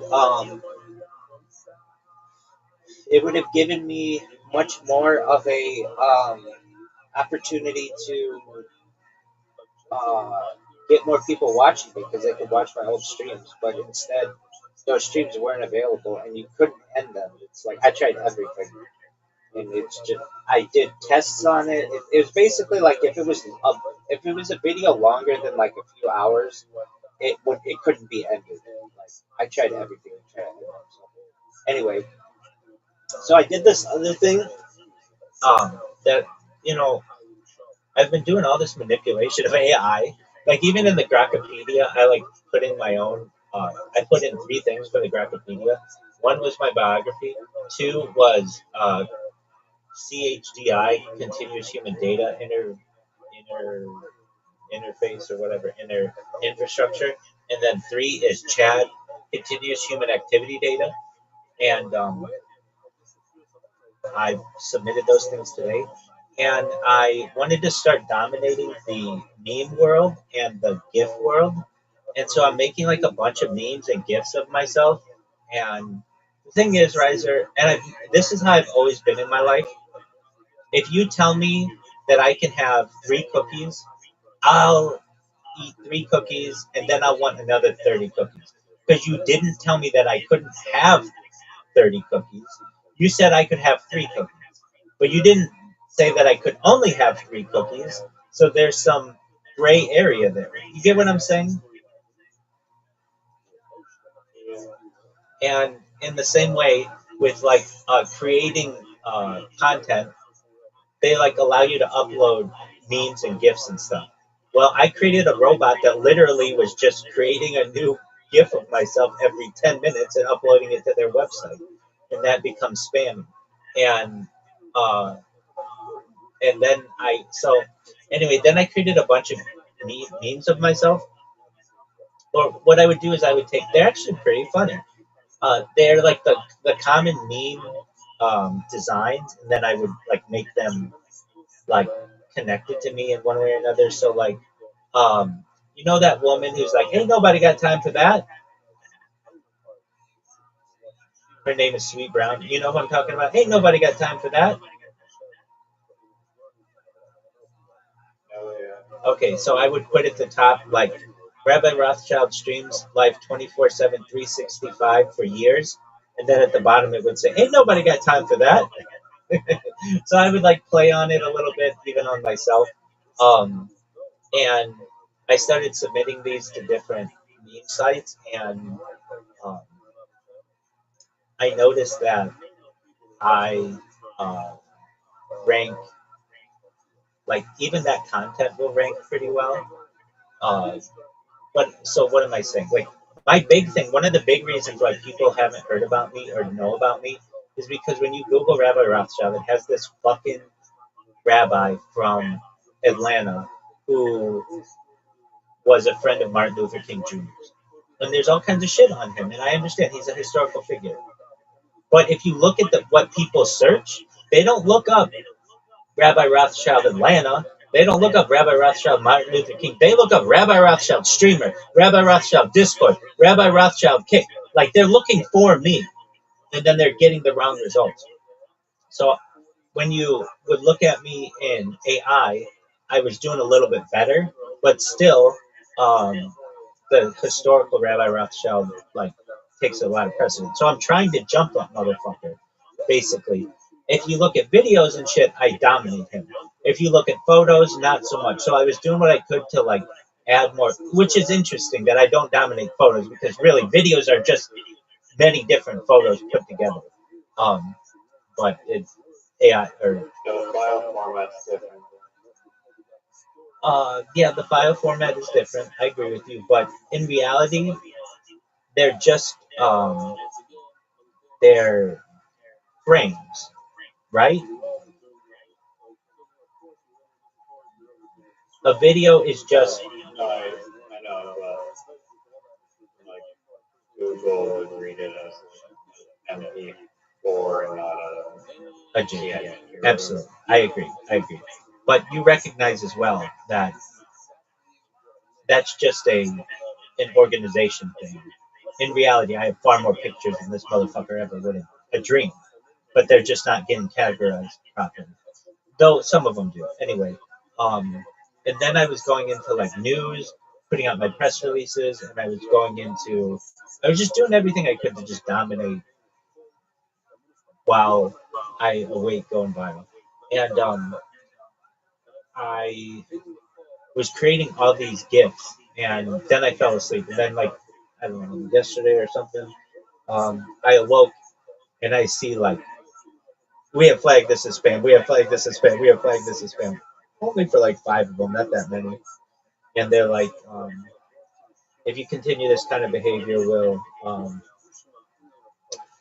we'll have to ban your account. So I stopped that bot and uh, noticed that they got like 1,000 views in 24 hours, which is cool because that's 1,000 people who didn't necessarily know about what I was doing previously.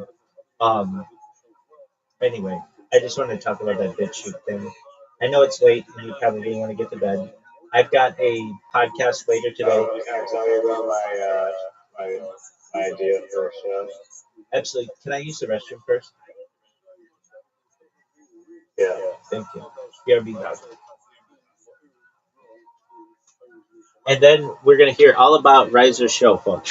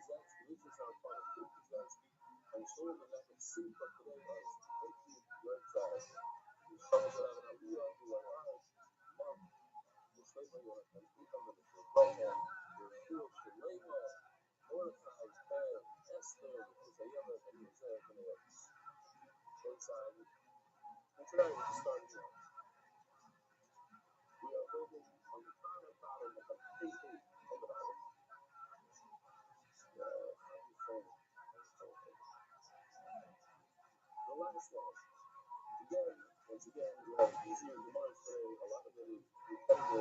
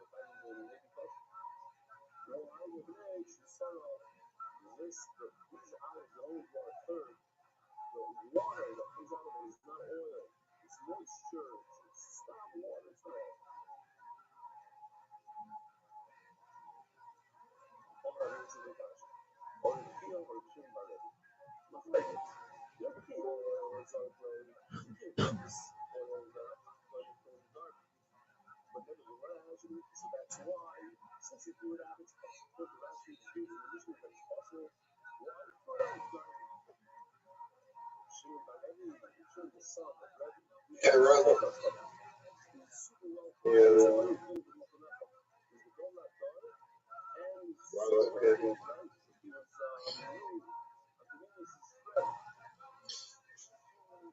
Would you rather the ability to lack no remorse? Did you say lick northern moss? No, you have the ability to lack no remorse. Lack no remorse. Yeah.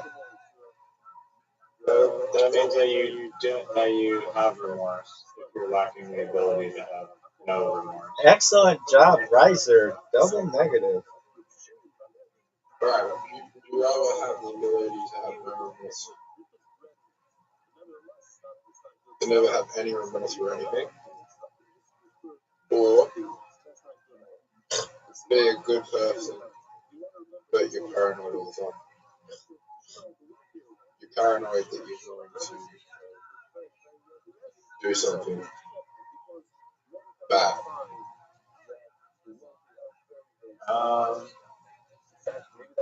I mean, how am I like a bad person if I have no remorse? It's up to you. Oh, well, if it's up to me, then no remorse. But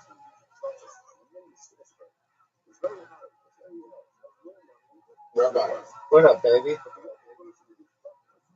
do you want to play basketball? Let's play something with Riser. But Riser's going to tell us about a television show. Yeah. Do you know the show Love Is Blind? Oh, Zoot's obsessed with that shit. Rabbi. Yeah, Zoot's obsessed with that shit. So you know what I'm talking about. Yeah, well, this show is called Love Is Death, where basically it's like these contestants are like trapped in like these plexiglass cubes that are like soundproof, and they can only see each other, but they can't talk. So they do the usual like bullshit dating show, like chill by the pool and like eat food and go on dates and stuff and go horseback riding. But the whole time they're trapped in soundproof cubes and you can't hear any of them. Like they can't talk to each other. They can still talk to the camera, but they can't talk to each other. Rabbi, how many toys do you have on this Yo, calm down. What do you think of his idea? camera? It's like a spoof, basically. No. I was also going to say earlier that with VR headsets, I feel like it makes some businesses like obsolete, like or example, like a planetarium, you can just go into VR and have like a wicked planetarium. You don't need to go to planetariums, which are already probably going extinct. And then also even things like escape rooms, I think, are definitely like threatened by VR because you can actually make way more exciting escape rooms in virtual reality because there's no constraints of a lot of things. Right. Hit me out. I got no idea. You know my idea is terrible. Go for it.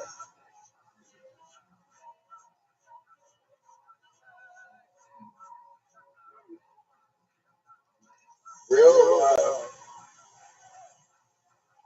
Hunger Games, but it's just for refugees. And if they win, they get citizenship.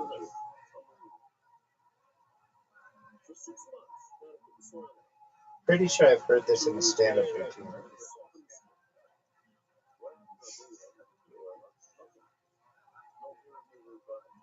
That's controversial.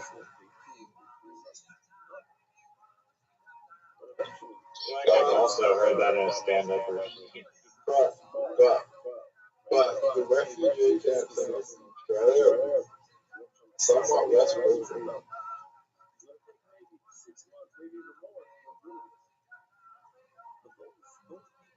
They're less cruel or less cool?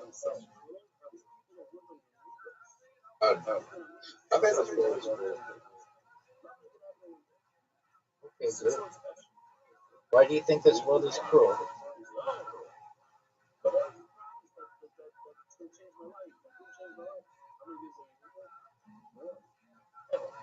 10% of people are psychopaths that live amongst us that make life hard for everyone else. People take advantage of each other. No one really cares about. A lot of people only care about themselves because they're psychopaths.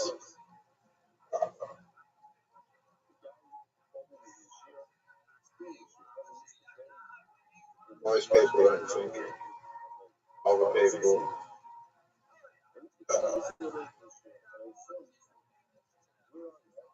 Western culture of filled with people have drugs and alcohol everywhere you go. You've never been to America.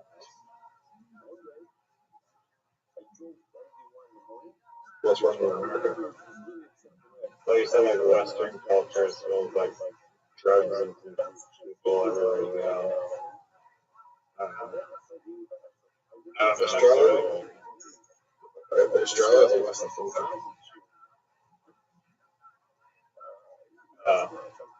I guess. Sure. I consider them like some other part of the world. Sure. I disagree with your argument though, because I don't think you can just categorize humanity so broadly. There's negative aspects and traits that some people have, sure, but there's also positive ones. There are probably more good people than bad people, but there's bad. Everyone's met a bad person if they've done something terrible. That's not true. That is true. No, it's not. I mean, it's not like uncommon, but like it's probably uncommon that someone like literally destroys your life. In fact, I like know for a fact that it's like probably rare that your life is like fully destroyed by another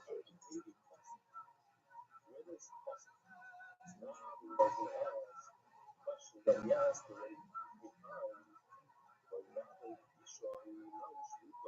Rabbi, I was beating this guy so badly at the bus party that he was on. That happens to you all the time, dude.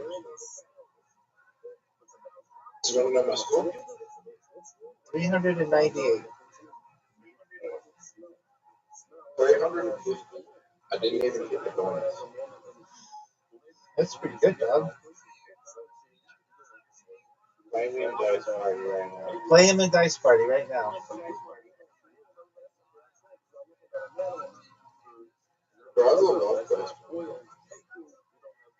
Yeah, I mean, let me actually read the fucking rules since we're not gonna explain anything. Can I give you some tips, Riser? Yeah. Okay. If you have the choice of putting something on the left or the right, I think it's better to choose the left because you want to get that bonus. So, for instance, let's say you get 4 fives, and you can put them on the right or the left. 4 fives on the left will give you 20 points, which is a lot, and like you can use that to your advantage when four of a kind on the left. You can get that with other things. Additionally, you don't want to. You know how you have like a spot for ones. You want to consider that to be like a free spot. Don't use that for ones because ones are barely any points.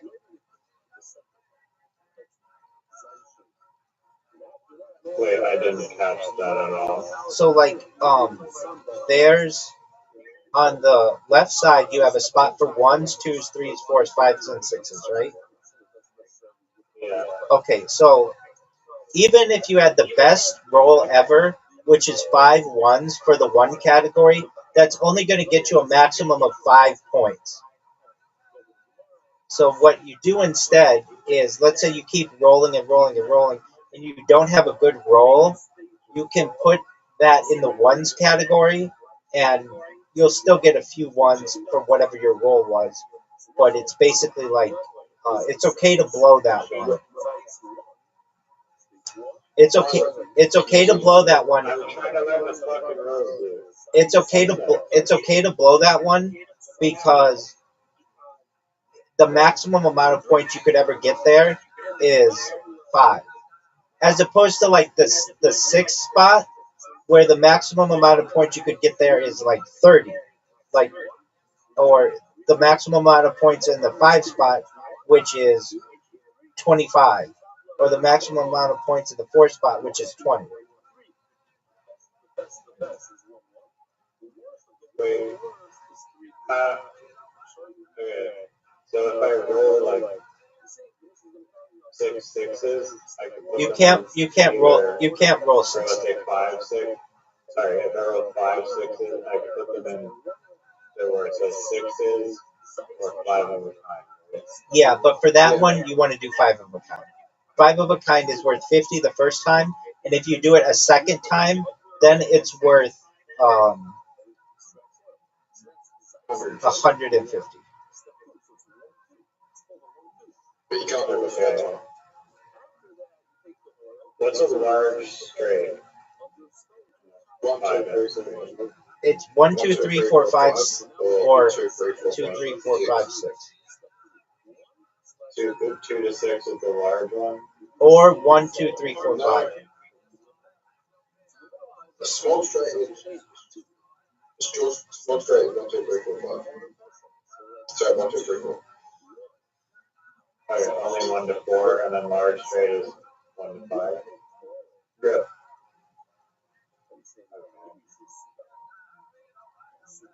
And you can you can do like any of these multiple times, like you can do the bonus or like the upper or the lower multiple times. What's the upper and the lower? It's like the two different sides. You can only do each side once. The only one that you can do twice is the 5x. Okay. You know that. The 5x does no the 5x does twice. So if you get your 5x with the action, you kind of get a free roll. Get a free roll. Right, can you do something like that? Let me just read the rules quick, and then I'll join 1 minute. Oh my god, the rules are pretty simple. Not when you never played before. Right?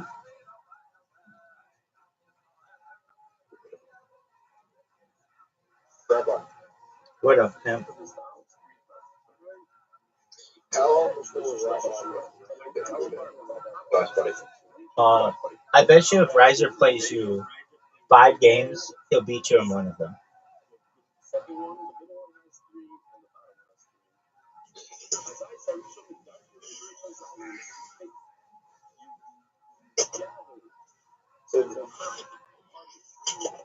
So when you have like a random amount of dice, have like 5, 2, 4, 3, 6.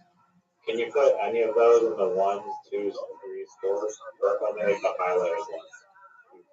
Only the ones that you highlight.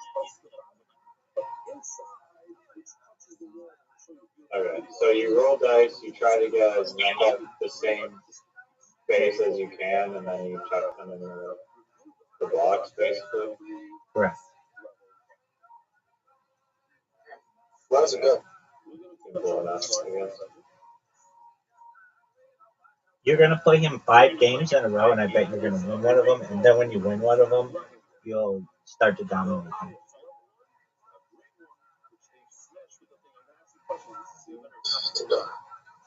Zoot, Zoot, Zoot, Zoot, Zoot, Zoot, stop.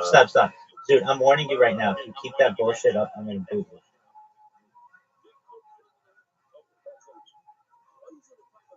Alright, so 2 2s and 3 6s, so... 2 2s and 3 6s, that's a full house. Oh, that's a full house? Yeah. So just put him on the full house. I tapped it in. It kind of tells you what you can play. Yeah, and that's exactly right. Do you see how many points you're gonna get for it? Like it tells you. Yeah, I got that.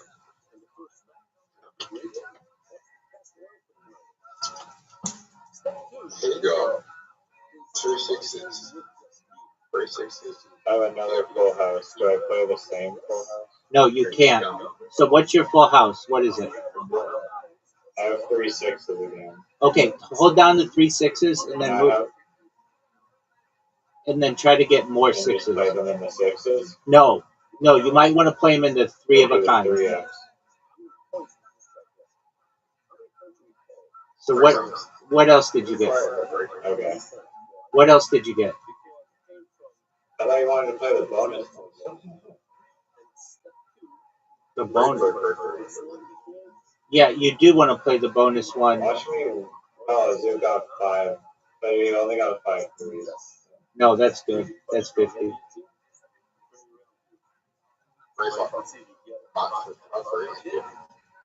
It doesn't matter what happens.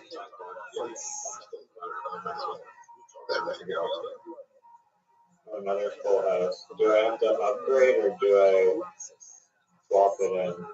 I got 2 4s and 3 5s. All right, hold on to the 3 I can't 5s. swap it in. Exactly. Hold on to the 3 5s, and then try to get 4 or 5 5s. Just chuck it in the bonus spot. You mean the one on the left? On the left side. Yeah, you play the left side. You can only play the left side. Because you already played the 3. So what do I do with the? What do I do when I do the 3x again? You hold down the 3.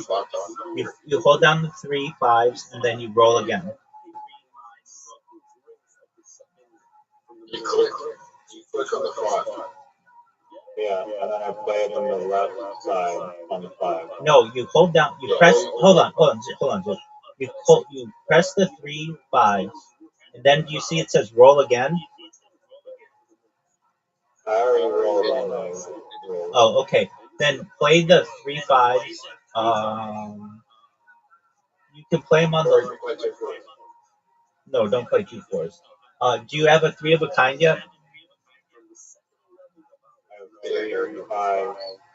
No. I already played my full house. Did you play the 3 of a kind yet? Yeah, I played the 3. Okay, then put them on the 5s. That took way too long. Calm down, dude. I don't have a full house.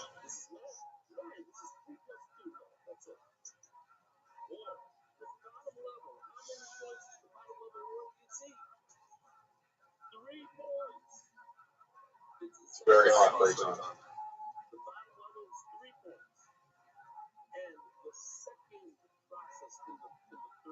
But, good. Okay.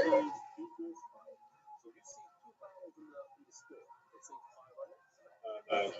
I got 4 of a kind. So now you can play the full time. That was a huge risk.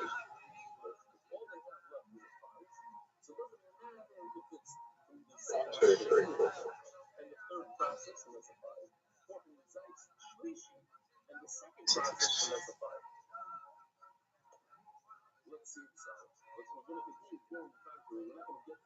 And that's just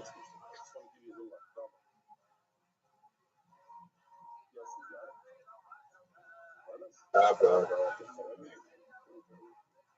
2, 3, 4. 6. It's going for a straight. What do I do now? Play the twos.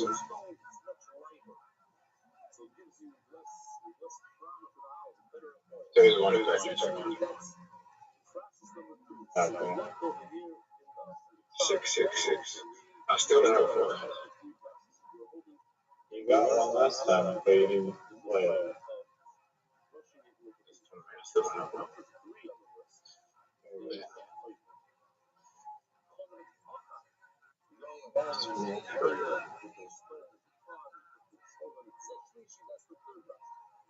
Give me a freaking, give me a 1. Okay. I got my, it's a large, right? You don't have a free. There's only 5 days. You don't have a free. Oh, shit. So I can't play anything? You can play 1, 2, 3, 4, or 6. But you can play the Giants. 1. I don't have 3 though. What the hell's a chance? A chance is like a free one. Like it doesn't have to. It could be anything. Like, if I was you, I'd put the 1 and the 1. Okay.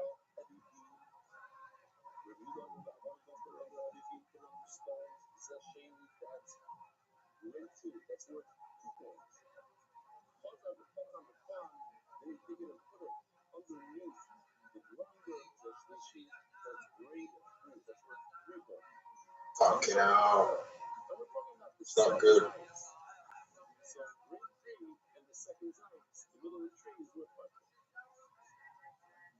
2, 3, 4, 5, 6, 9. 4, 5, 6. Now you have a lot straight. You don't need to look at it.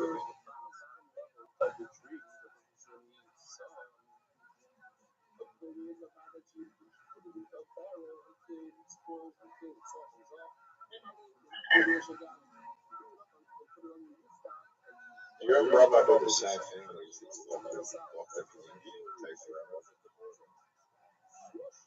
I'm sorry, dude. I've never played this.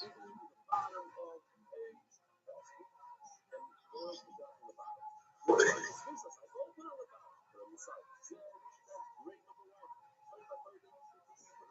do I do here? Is it? Play the Braves. 30 big.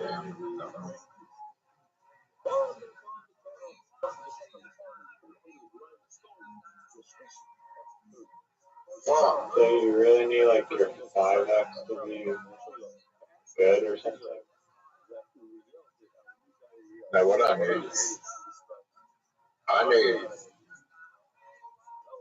to roll 4. I need to get like a little 4 here. What do I do now? Do I play them? What do I do with my 3 6s? Have to play them? You can either play them on the 6 or play them on the Giants. Okay, well, doesn't affect me. You basically have to play something there, right? But you can. Oh wow, lucky roll. Oh no. Yeah. Wow. GG.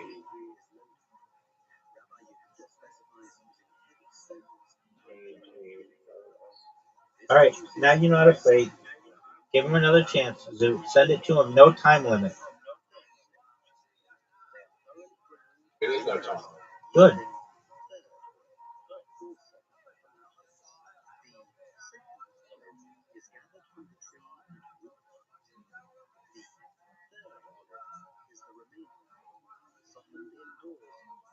Want to know the score, Rabbi?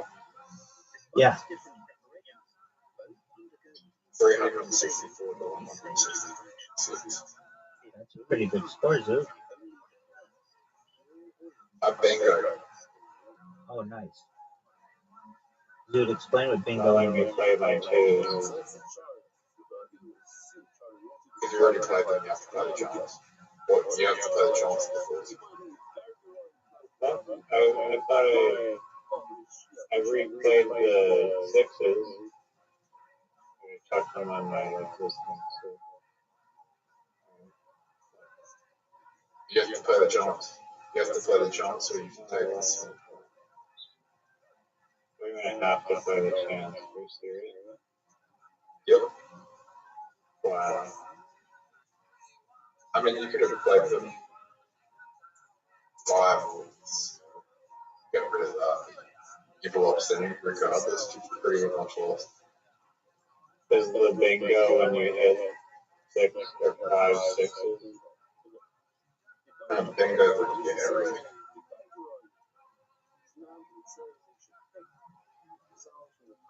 No idea what I'm doing. The bingo when you get every single thing on the board. Give me goddamn 5.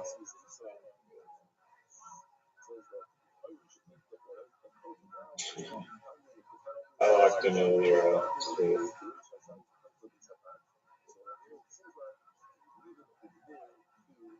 Everything on the board. You did it.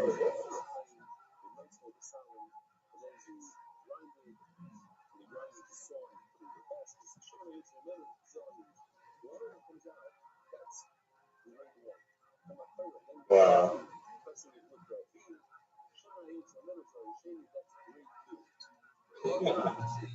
Wow. That's real. Mini golf or pool. Cool. Do you think Rise will ever be that last play? Yep. That game, That game is sheer luck. it is. All right. 99%. So tell Riser what the best odds are for the, or the best records of the best players are of that game in the world. Oh, what the What their records are. Dice party? For Dice Party. For wins or like points? It's 40. It's 49. It was all close. What did you say? It's 49 to 50 average. The win rate? Yeah, for the best players. They only have a 51% chance of winning. 49. So the game is sheer luck, is what you're saying, basically? That's correct. It's not sheer luck. It's not sheer luck.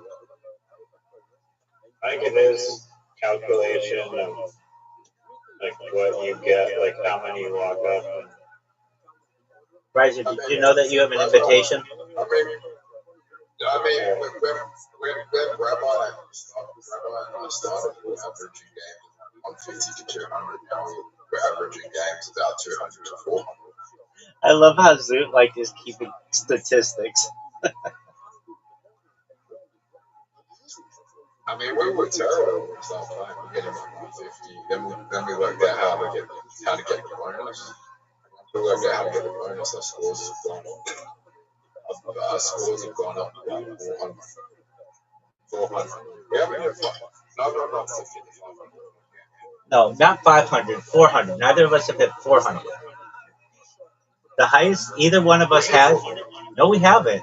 I got 398, and then your phone broke. Do you think we'll get a 500? 500 is a big score, dude. I don't know if it's possible. Dude, Zoot and Riser. Riser is here for it. Zoot, the other night, Miss Aquarius hit the record um of bowling. She got 119. Rabbi. Still cool. Bowling's fun. Not going anymore. We've never done bowling. I actually think that was a good choice. You helped me out. Thank you.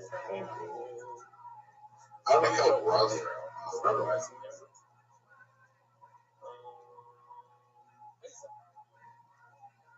You better hit the orange tray and help me. What an amazing shot. Rabbi, you just help me. Riser had the most amazing shot. Threading the needle.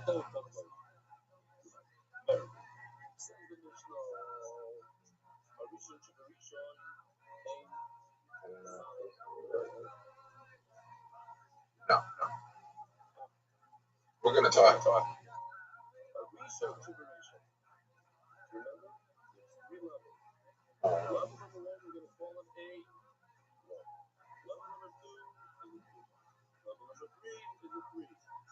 Short.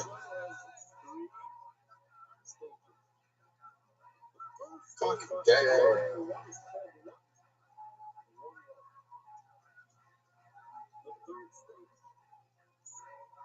Oh, wow. Big man. Hey, Rabbi, you think aliens are gay? I knew you were going to ask that. Whatever you think, baby, maybe. Perhaps they're asexual. What if gay is just a thing?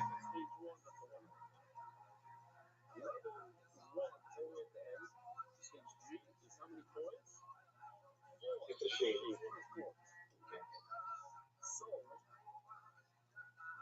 Dude, it's in the tent. Do you see the shadow? It's always in the tent.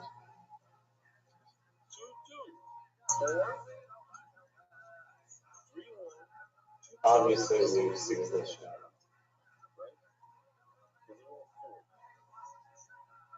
Why are you helping them? Go! Boo! Terrible shot. Dude, where is the freaking shadow? It's all about bomb. Oh, That was Oh, pretty. left. oh no. That's not good. It's good for me.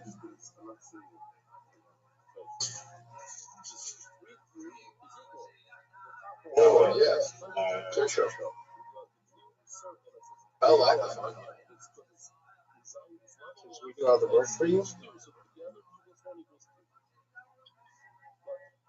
Rabbi, yeah, you get it in. Easy. I didn't fuck up the angle. Rabbi, Oh no. so you're both. We're all tied.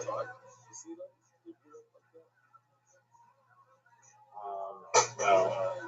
Me and you are tied. Alright. I have the best strategy for this. I have the best strategy for this one. No, that strategy stuff. Not bad.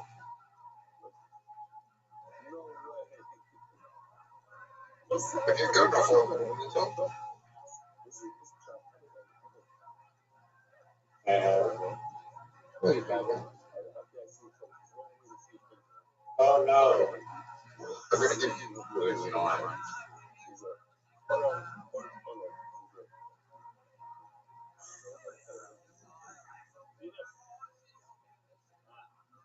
Hit my ball.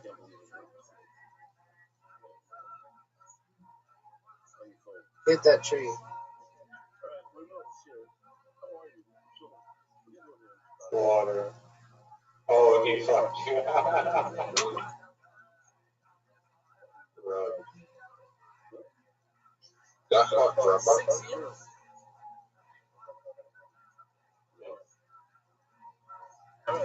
I'm gonna show you. Fuck. Go for something.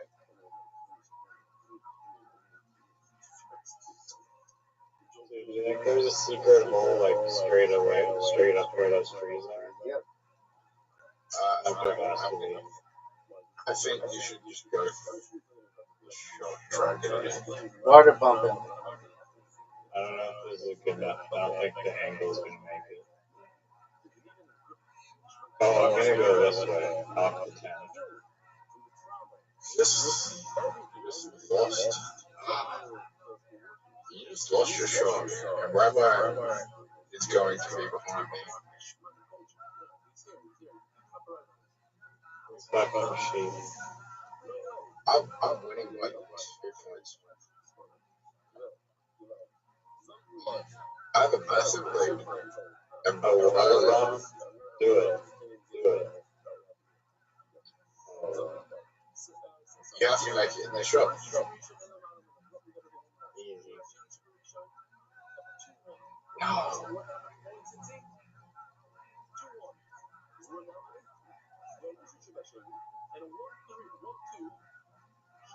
Oh, did I tell you, Rabbi?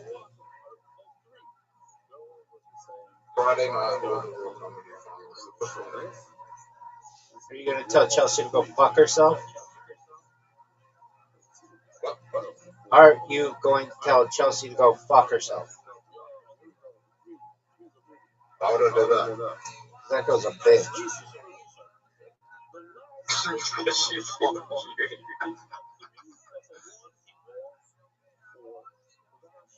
Are you mad because she blocked me?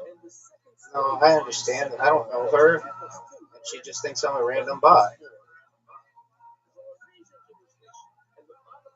You message her? Fuck no.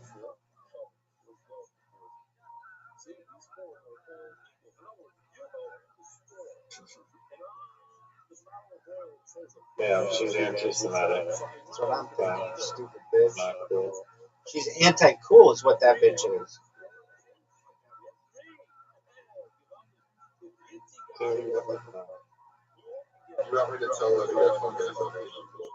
No, you should just be like, you blocked my friend, and he's a nice person. He's actually a really big fan of yours. I'm just making you aware, you stupid bitch. You have 8,000 accounts. It doesn't matter if you've been blocked or not. No, that's my main account. I don't care. All of the other people accepted my friend request, but you should tell her, hey, my friend is actually a big fan of yours and is very positive to you until you blocked him on Instagram, and now all he does is shout out social media that you're a bitch.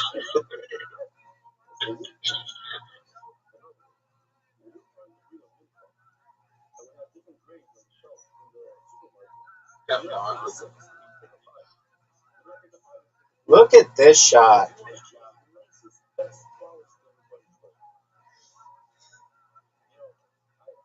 You friends on 10 point. Yeah, I'm friends with everybody in Adelaide.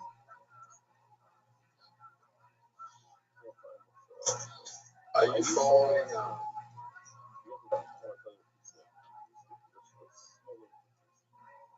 Oh, no. Riser, you just barely nicked that one area.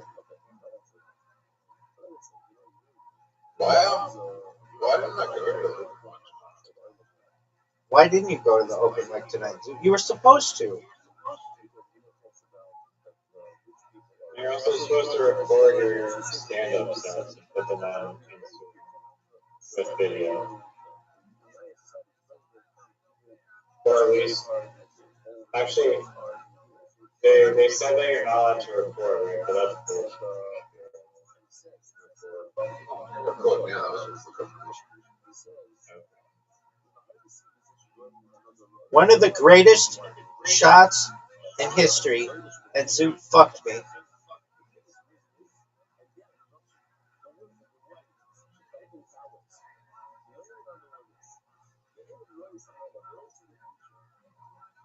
Riser outside the box Newfie style. Riser outside the box Newfie style. Riser outside the box Newfie style. Stay on the water, stay on the water, stay on the water. What an amazing shot. Fuck you. Don't do that. That's hilarious. That's what a comedian does. That's what a comedian does. What did I do to deserve that?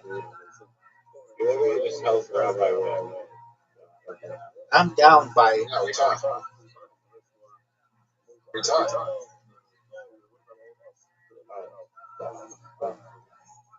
I going to talk. No, yours is going straight in the water. Fucking hell. Rabbi and I'm still going to talk.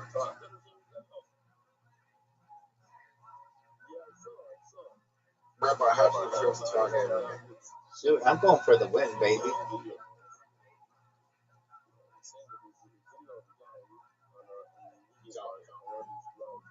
That's what you think. He's going to be winning after this hole. Oh, so that was a Because good even shot. if he gets it in this shot, I get it. I'll get it in the next two shots and get a 6. So his ball so far out behind. What was the point? Look at this shot. Go, go, go, go. Go, go, go, go, go, go, go, go, go. Bounce off the Get in wall. front of his ball. Hit me. That's going straight into the water. Hit me. Straight into the water. Now he has. Dude, you're going to be water. Now we won. Did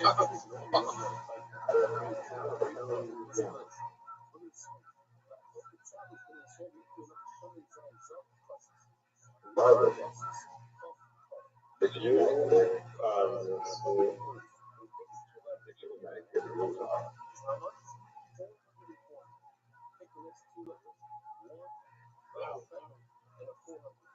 I should just put it in. It's over. It's over. I won. What a comeback. I'm like that Australian speed skater.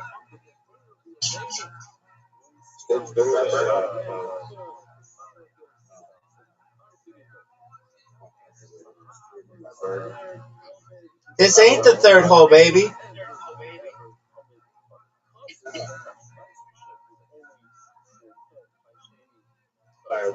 Bowling. Guys, I'm so much better than you both at bowling. I play this game every night, and I played it every night for like a year, more than a year. I'm dominant in it. The only person who comes close to beating me ever is Miss Person. She's amazing. I want to prove how bad Zoot is. Zoot's the worst bowler I've ever seen in this game. He's so bad. I see brand new people do better than Zoot.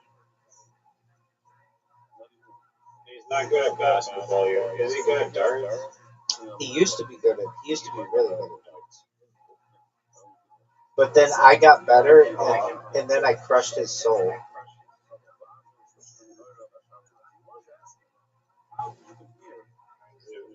Zoot's terrible. He always gutter balls it. And gutter balls are just devastating. Zoot, go! Zoot, go!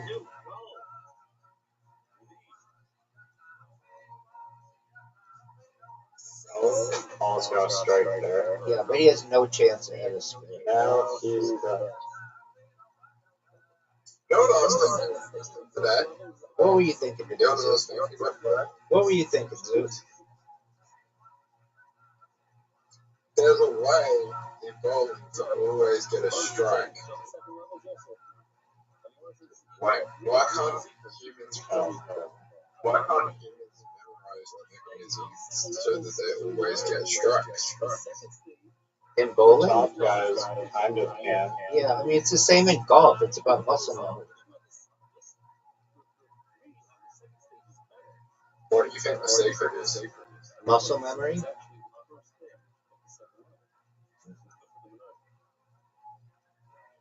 Then everyone's muscles.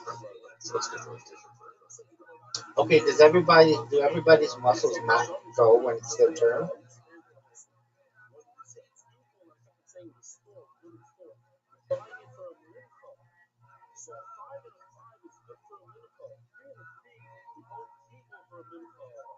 I'm betting right. That's all that matters. I'm letting you know. Wow. Get it. Really good scare too. That was amazing, Zoot. Nice. That was good. That was a good shot. Okay. The slow pace only works in the stairs. It doesn't work in the strikes.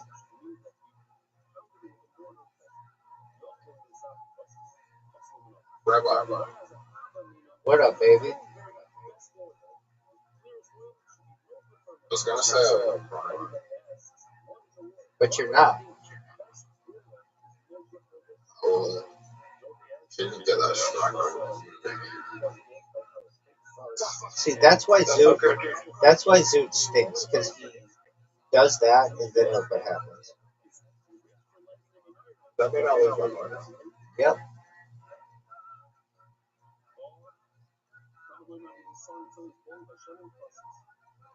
You only get a bonus for first. On a spare, on a strike, you get it on both. A perfect game in this game is 150. Oh, well. I didn't even hit it. Get up, okay.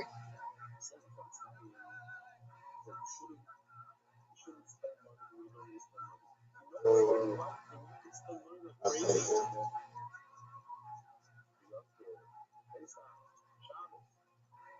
Perfect game. Perfect game is 150. We looked it up.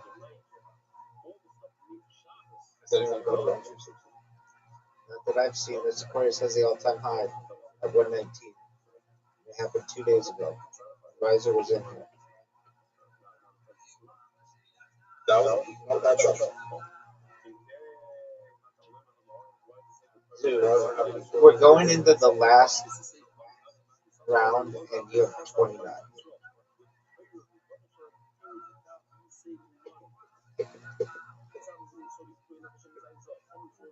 I had a zoo. That's all that matters. What happened with that? That's a good question, Zoo. What They took happened? out the damn ring. All right, we'll get it back.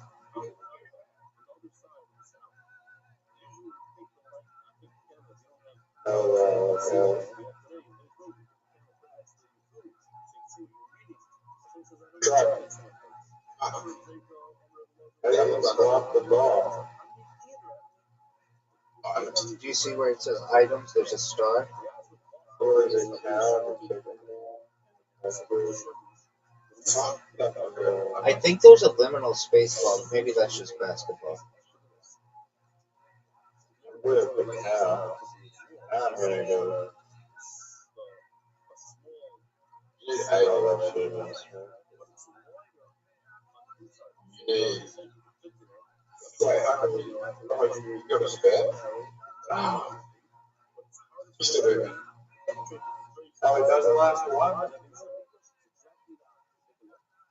How's Rabbi going again?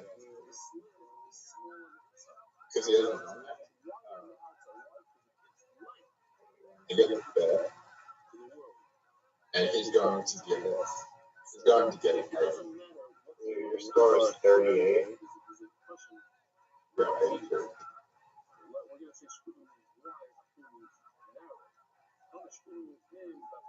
Is that the best you can do? 38.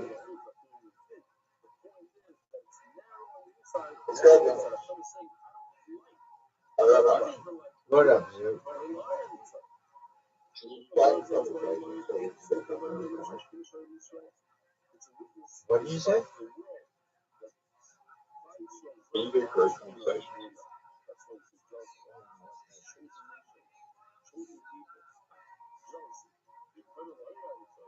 I bet I beat you guys with your combined score.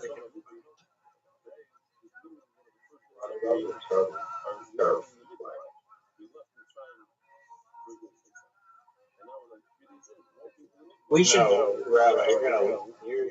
Okay, yeah, sure. We should. You versus our combined score. If we can't beat you, that's good. You didn't the previous game. I think we did. I had like 46, you had 39, 82. Oh, you may be right We there. have 6 more. What do you think of the name 6-7? 6-7. Yeah, what would you give the name out of 10? 6-7. 6.7. Yeah. Right. What's the goal?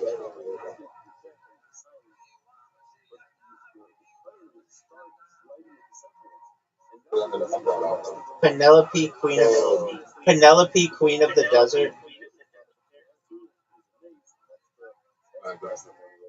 Something called that. It's called What's it called? Priscilla. Priscilla, Queen of the Desert. Because it's an Australian film. Because it's an Australian film about drag queens. That's the thing. This was the greatest name. Oh, meme of all time. Ain't nobody got time for that. No, I'm best.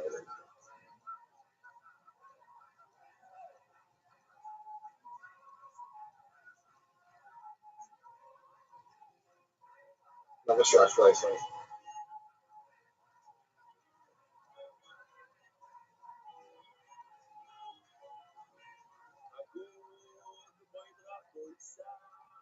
Remember when you said you were going to beat us double on school? Yep. We're like, I'm nearly double. I'm nearly double the school. I was getting some stripes.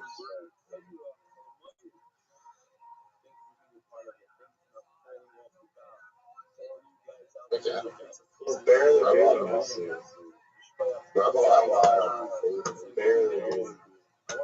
He's okay. We're beating us, right? You didn't beat these guys.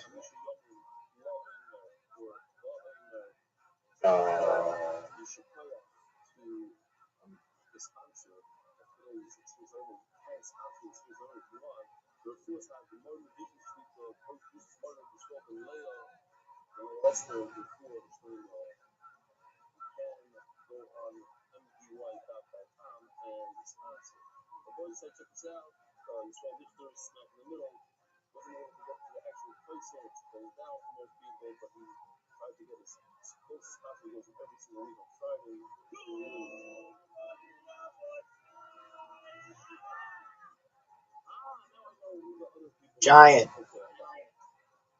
Going into the last frame, it's so important getting a spare or a strike. A spare or a strike on the last frame is big, but it's not kind of pointless because you don't get the bonus. Raza just won. Oh, man. No, he didn't. If he gets this spin, No, he didn't. I'm gonna beat him. No! they 20 points. I'm gonna beat him. I got a spare on the previous one. just like the spinning period. No,